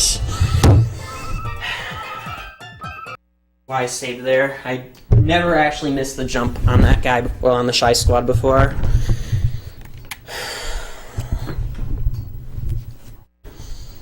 So that's gonna waste a lot of time. It's unfortunate.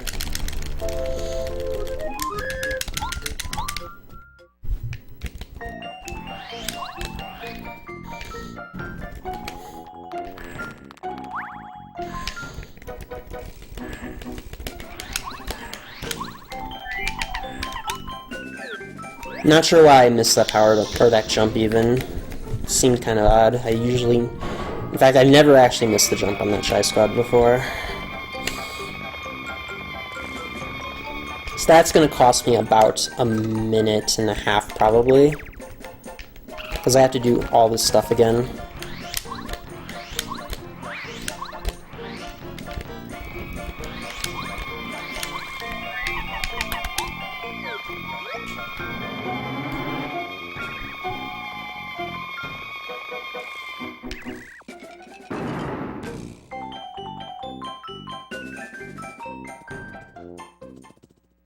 Yeah, I know, I made a big estimate, but it's going to be harder to get my goal of getting a sub 310 run. Considering I was able to do it 2 no reset runs earlier, I'd still like to be able to do it again, if I could. But, you know, what can I do? Alright, let's try this again. I did it again! What?! What is going on?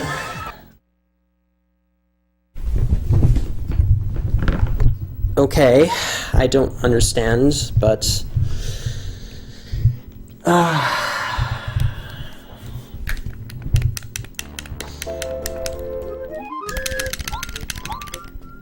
yeah.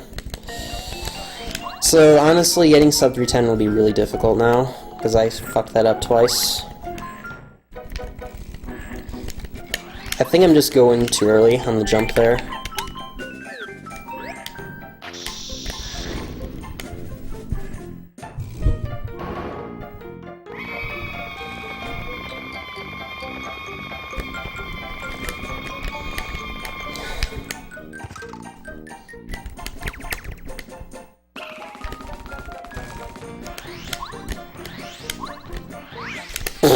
Whoops.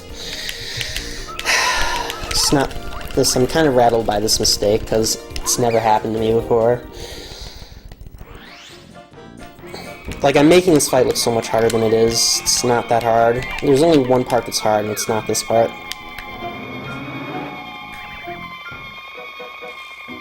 No, I'm not even that tired. I'm not exactly sure why I'm timing my jump wrong.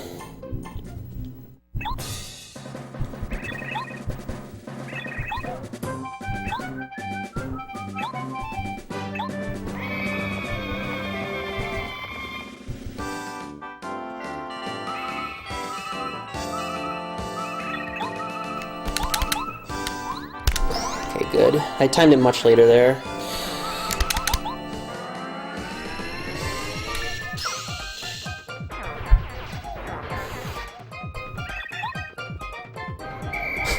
Thanks, Giga. I'm sorry you had to see this, man. This is... it's really annoying that this happened. I mean, this is why I made my estimate the way it was, because stuff like this can happen. Although I wasn't expecting that particular thing to happen.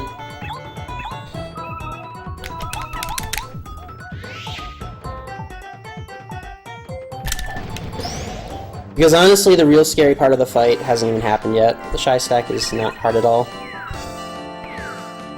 Or the Shy Squad, sorry. The Shy Stack, though, I have to be kind of careful.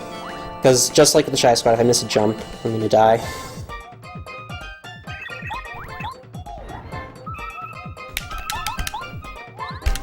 Okay, we're good.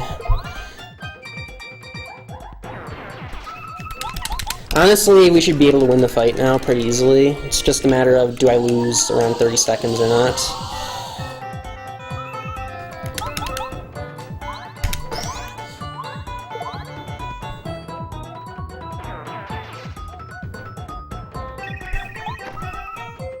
So I'm going to use my Repel Gel. I'm going to need this to buy myself some time.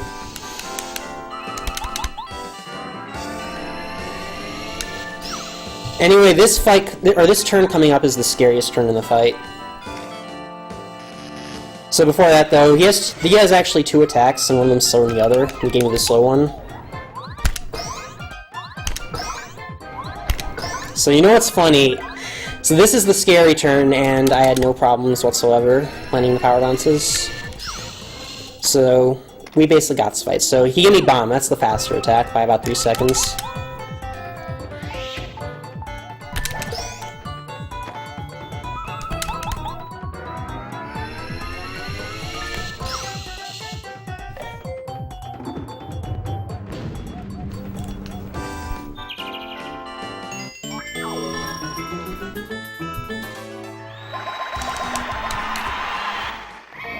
So this is... I probably lost 3.5 minutes on the segment overall. It's really, really bad.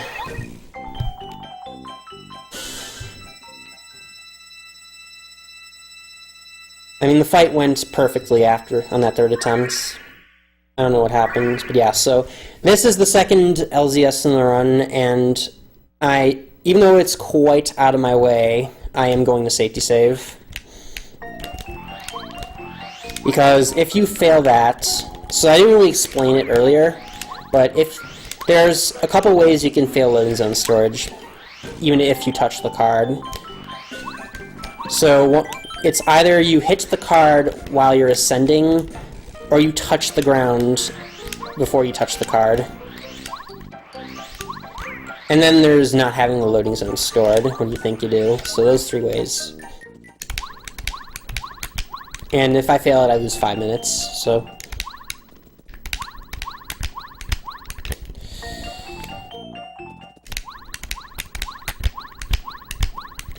Come on.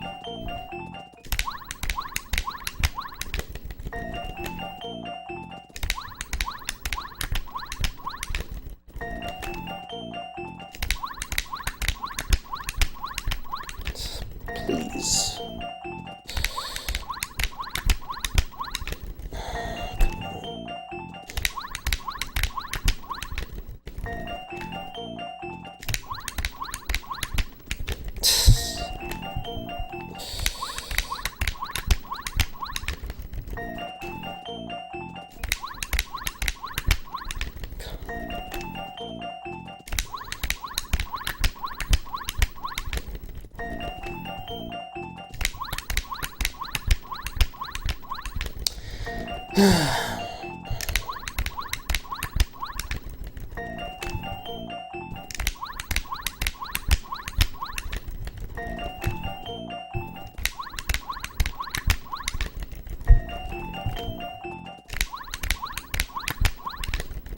are you kidding me?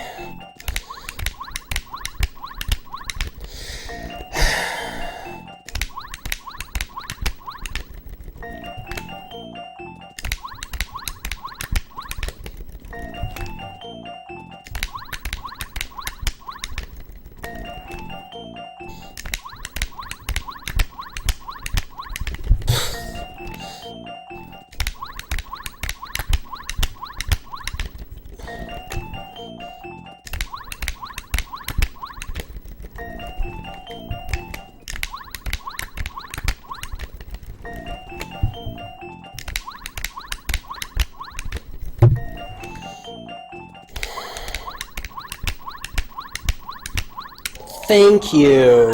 My God, that is horrible. It's probably the worst Chapter 4 LZS I have ever had. Quite honestly. It's less frame perfect jumps than the one in Chapter 3, which I did relatively fast. The problem is that room is laggier, and I have this weird mental block about timing it right sometimes. I was able to get it really quickly today when I practice it, but that trick is the type of thing where you can practice it before runs and just have a hard time. And unfortunately that happened, so... At this point, I could say with confidence that getting sub 310 is probably impossible now, because that alone cost me 3 or 4 minutes of time loss. And it still would have been faster than doing the Peach cutscene, because it's a 5-minute long Peach cutscene, but still, that was extremely bad. So I'm taking a detour now. I didn't enter Chapter 3 through the forest, so I have to go back here just to get the seed, which I need for Chapter 6.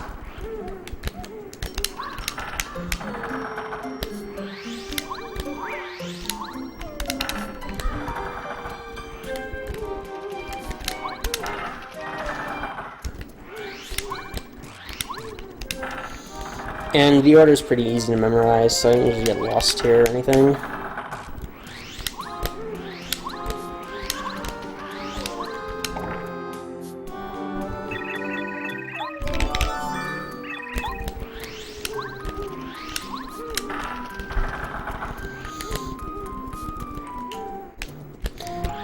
So actually I'm going to save one more time, just in case I mess up on Electro Blooper, because if I didn't, I'd have to do that LZS a second time. Or, if, yeah.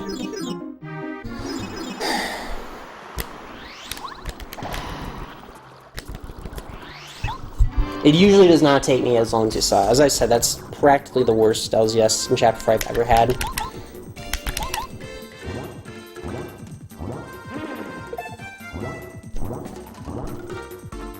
And this fight is kind of weird as well. I do nothing for the first 2 turns. And for the subsequent 2, I also do nothing with Watt. I jump on him, I take 1 damage, and his attacks do 4, so that gets me right into peril. So it works out very nicely.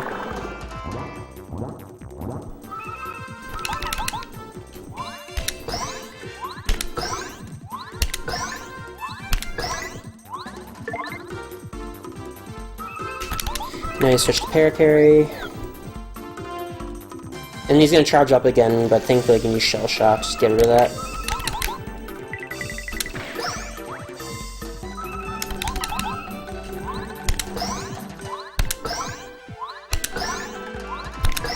Alright, so we beat him good.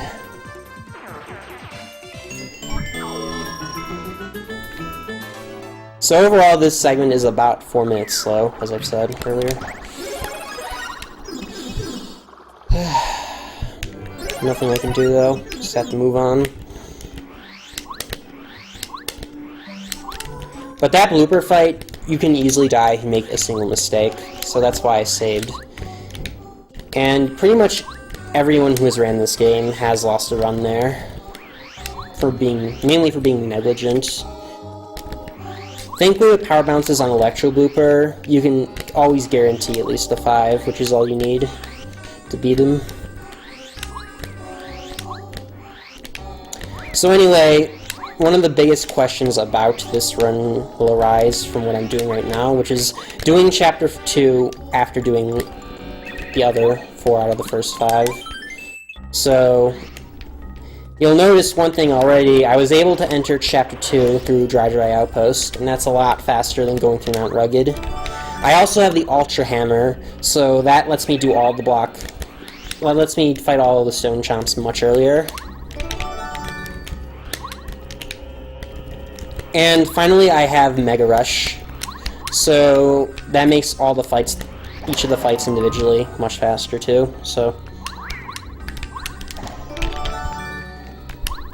okay, good. I'm still in peril from Blooper. Keep that in mind.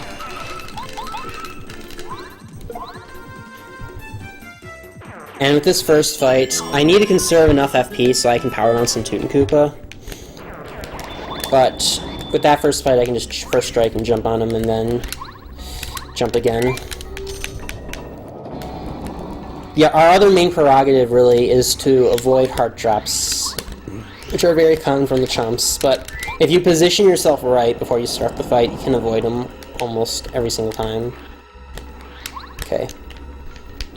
So again, talking about triggers, you'll notice that the ruins are pretty much already completed. The sand was already lowered in a bunch of these rooms. And also, I was able to get a bunch of keys early, too. And the stairs were lowered in that last room, too. But I can't fight Toot and Koopa. I have to re-trigger Chapter 2 still. Just like I did with Chapter 4. And that's exactly what we're going to do next.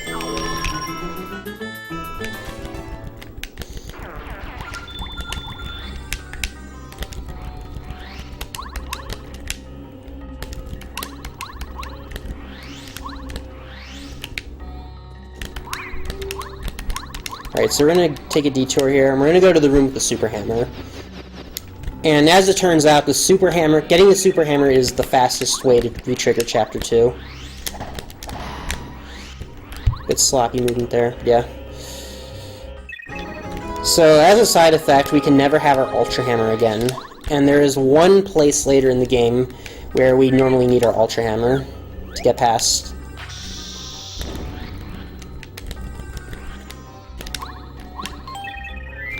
Gonna upgrade Bombette here, because now we're gonna get Power Bomb, which will be very useful in some of the fights coming up. Not the Stone Chomp fights, but in Chapter 6 and 7, and 8, we're gonna really need Power Bomb. So again, you'll notice, I mentioned earlier that quite often it's faster to use untimed action commands, and these Stone Chomp fights are a really good example. Untimed Power Quake is extremely fast.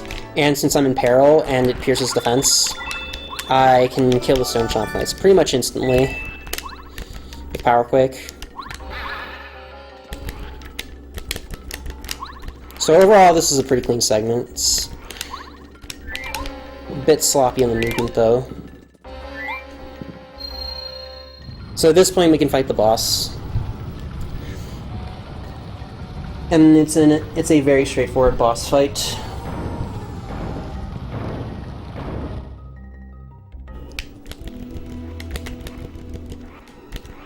Whoopsie daisy.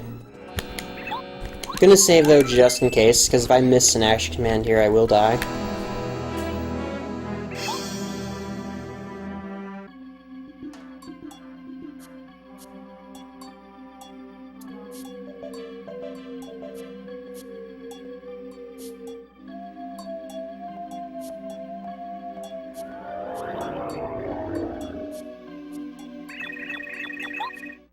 Alright, so let's get on with this fight.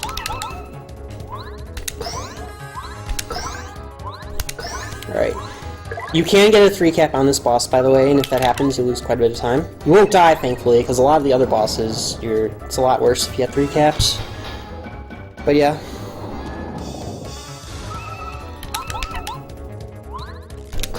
So you'll see two things at work here. First of all, having power bounce and Mega Rush here makes the fight a lot faster. Split a bit late, but it doesn't matter.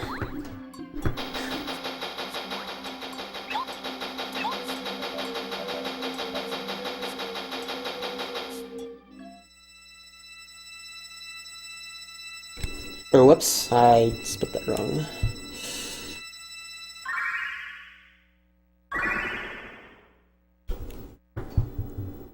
Alright, so there's one more. This is the last LZS we have to do, and it's actually mandatory. There's never mind skipping the Peach cutscene, but if you fail the LZS and touch the car normally, it resets your star power to 2, and that would be bad because we need Star Storm in Chapter 6.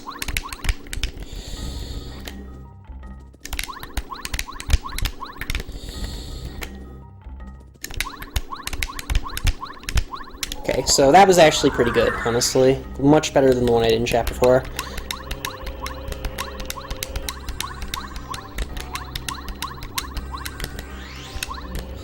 For whatever reason, I'm just much less consistent at the Chapter 4 LZS than the other two. Although not to the extent that you saw. That one has the least number of frame-perfect jumps, but some people consider it the hardest because that first jump, you have to do it shorter because that door frame is really short.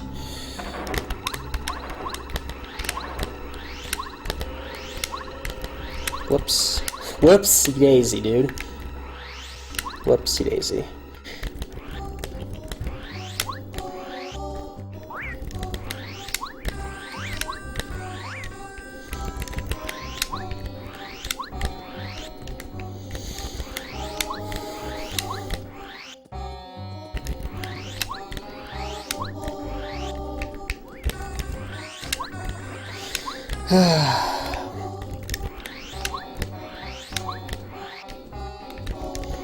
Okay. So yeah, we beat Chapter 2, and that's pretty much puts an end to all the sequence breaking we're going to do. As from this point on, we are going to beat the game in the intended order, more or less. And that's because it is actually impossible to beat the last 3 chapters out of the intended order.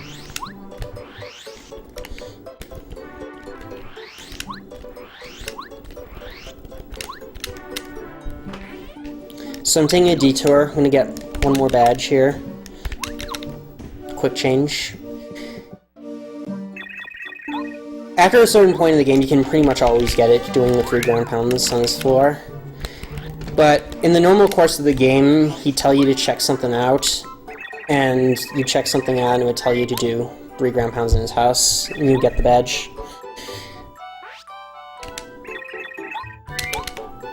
There is something similar in TTYD, but which is to get the Ultra Stone or whatever it's called.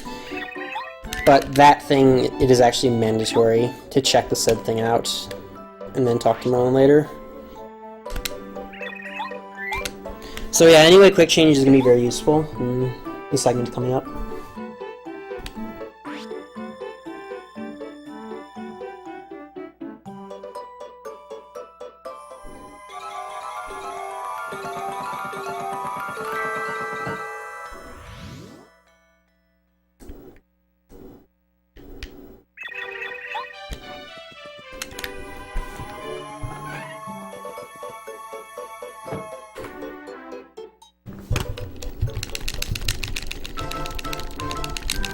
Alright, so Chapter 6, honestly, is one of the least interesting segments as far as watching as a speedrun, because there are no glitches used at all in Chapter 6 on all cards. It's just movement, although Chapter 6 movement, in my opinion, is some of the most difficult in the game to optimize.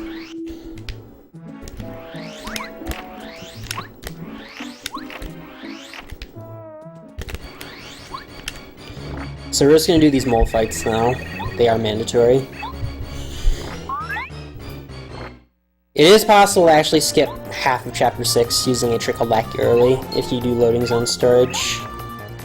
But we can't do it in all cards, because if you did, then there's really no point. Because ultimately our goal is to fight the boss, and in order to fight the boss we have to do all this other stuff. I'm going to use these moles to get in Impero. I can talk more about Lackey Early a bit later, I guess. And now Untimed Power Play comes to the rescue.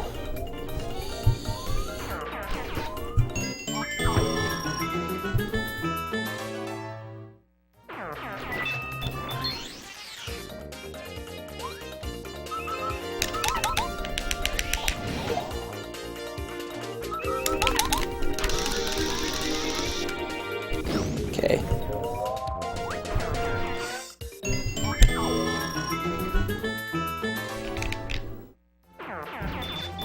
We'll need maple syrup and do the same thing in this next one. It's one reason why getting the getting that FP drop saves time in the sewers during Chapter 3. If not, we'd have to pick up a Stinky Herb and use a Solar Strat for this small fight.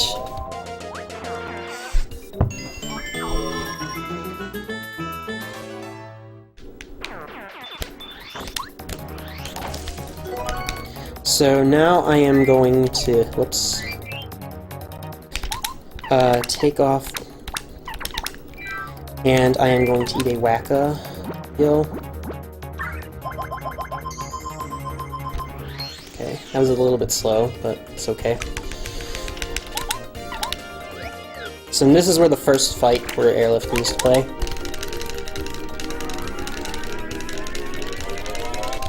And I didn't fill it up all the way, so it was kind of sloppy, but thankfully it works still. There's a slight chance that it won't work if you don't fill it up all the way, and that would waste a lot of time.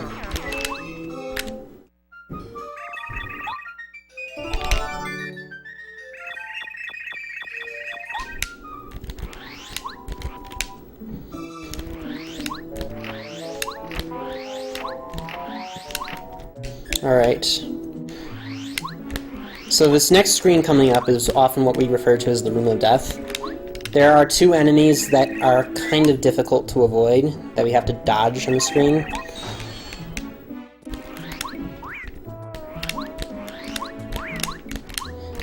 That Rough Puff in particular is kind of scary, because he has a really big hitbox. So we have to do all that extra effort just to get around him, like I just did.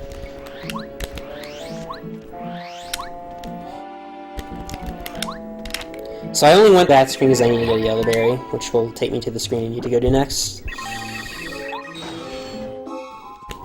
It's kind of a sequential thing, really.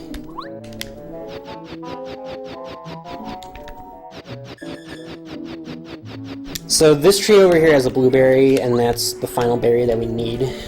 Well, we need a bubbleberry also in that tree in front of me just now, but we can't get that until quite a bit later.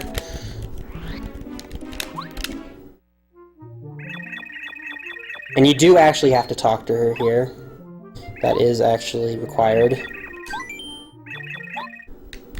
Otherwise, when you get to where you need to go to next, you can't continue.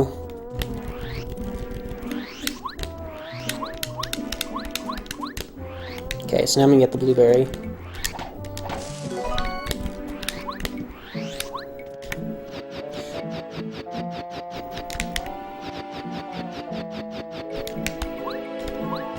Okay, good, we didn't fall.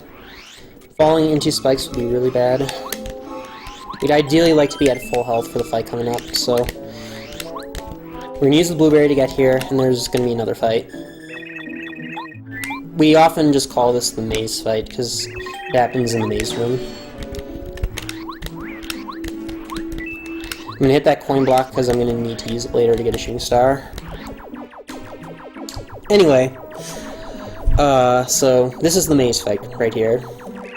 And the main thing I am hoping for is that he tosses a Spiny and spawns it rather than throwing it at me directly. Because if he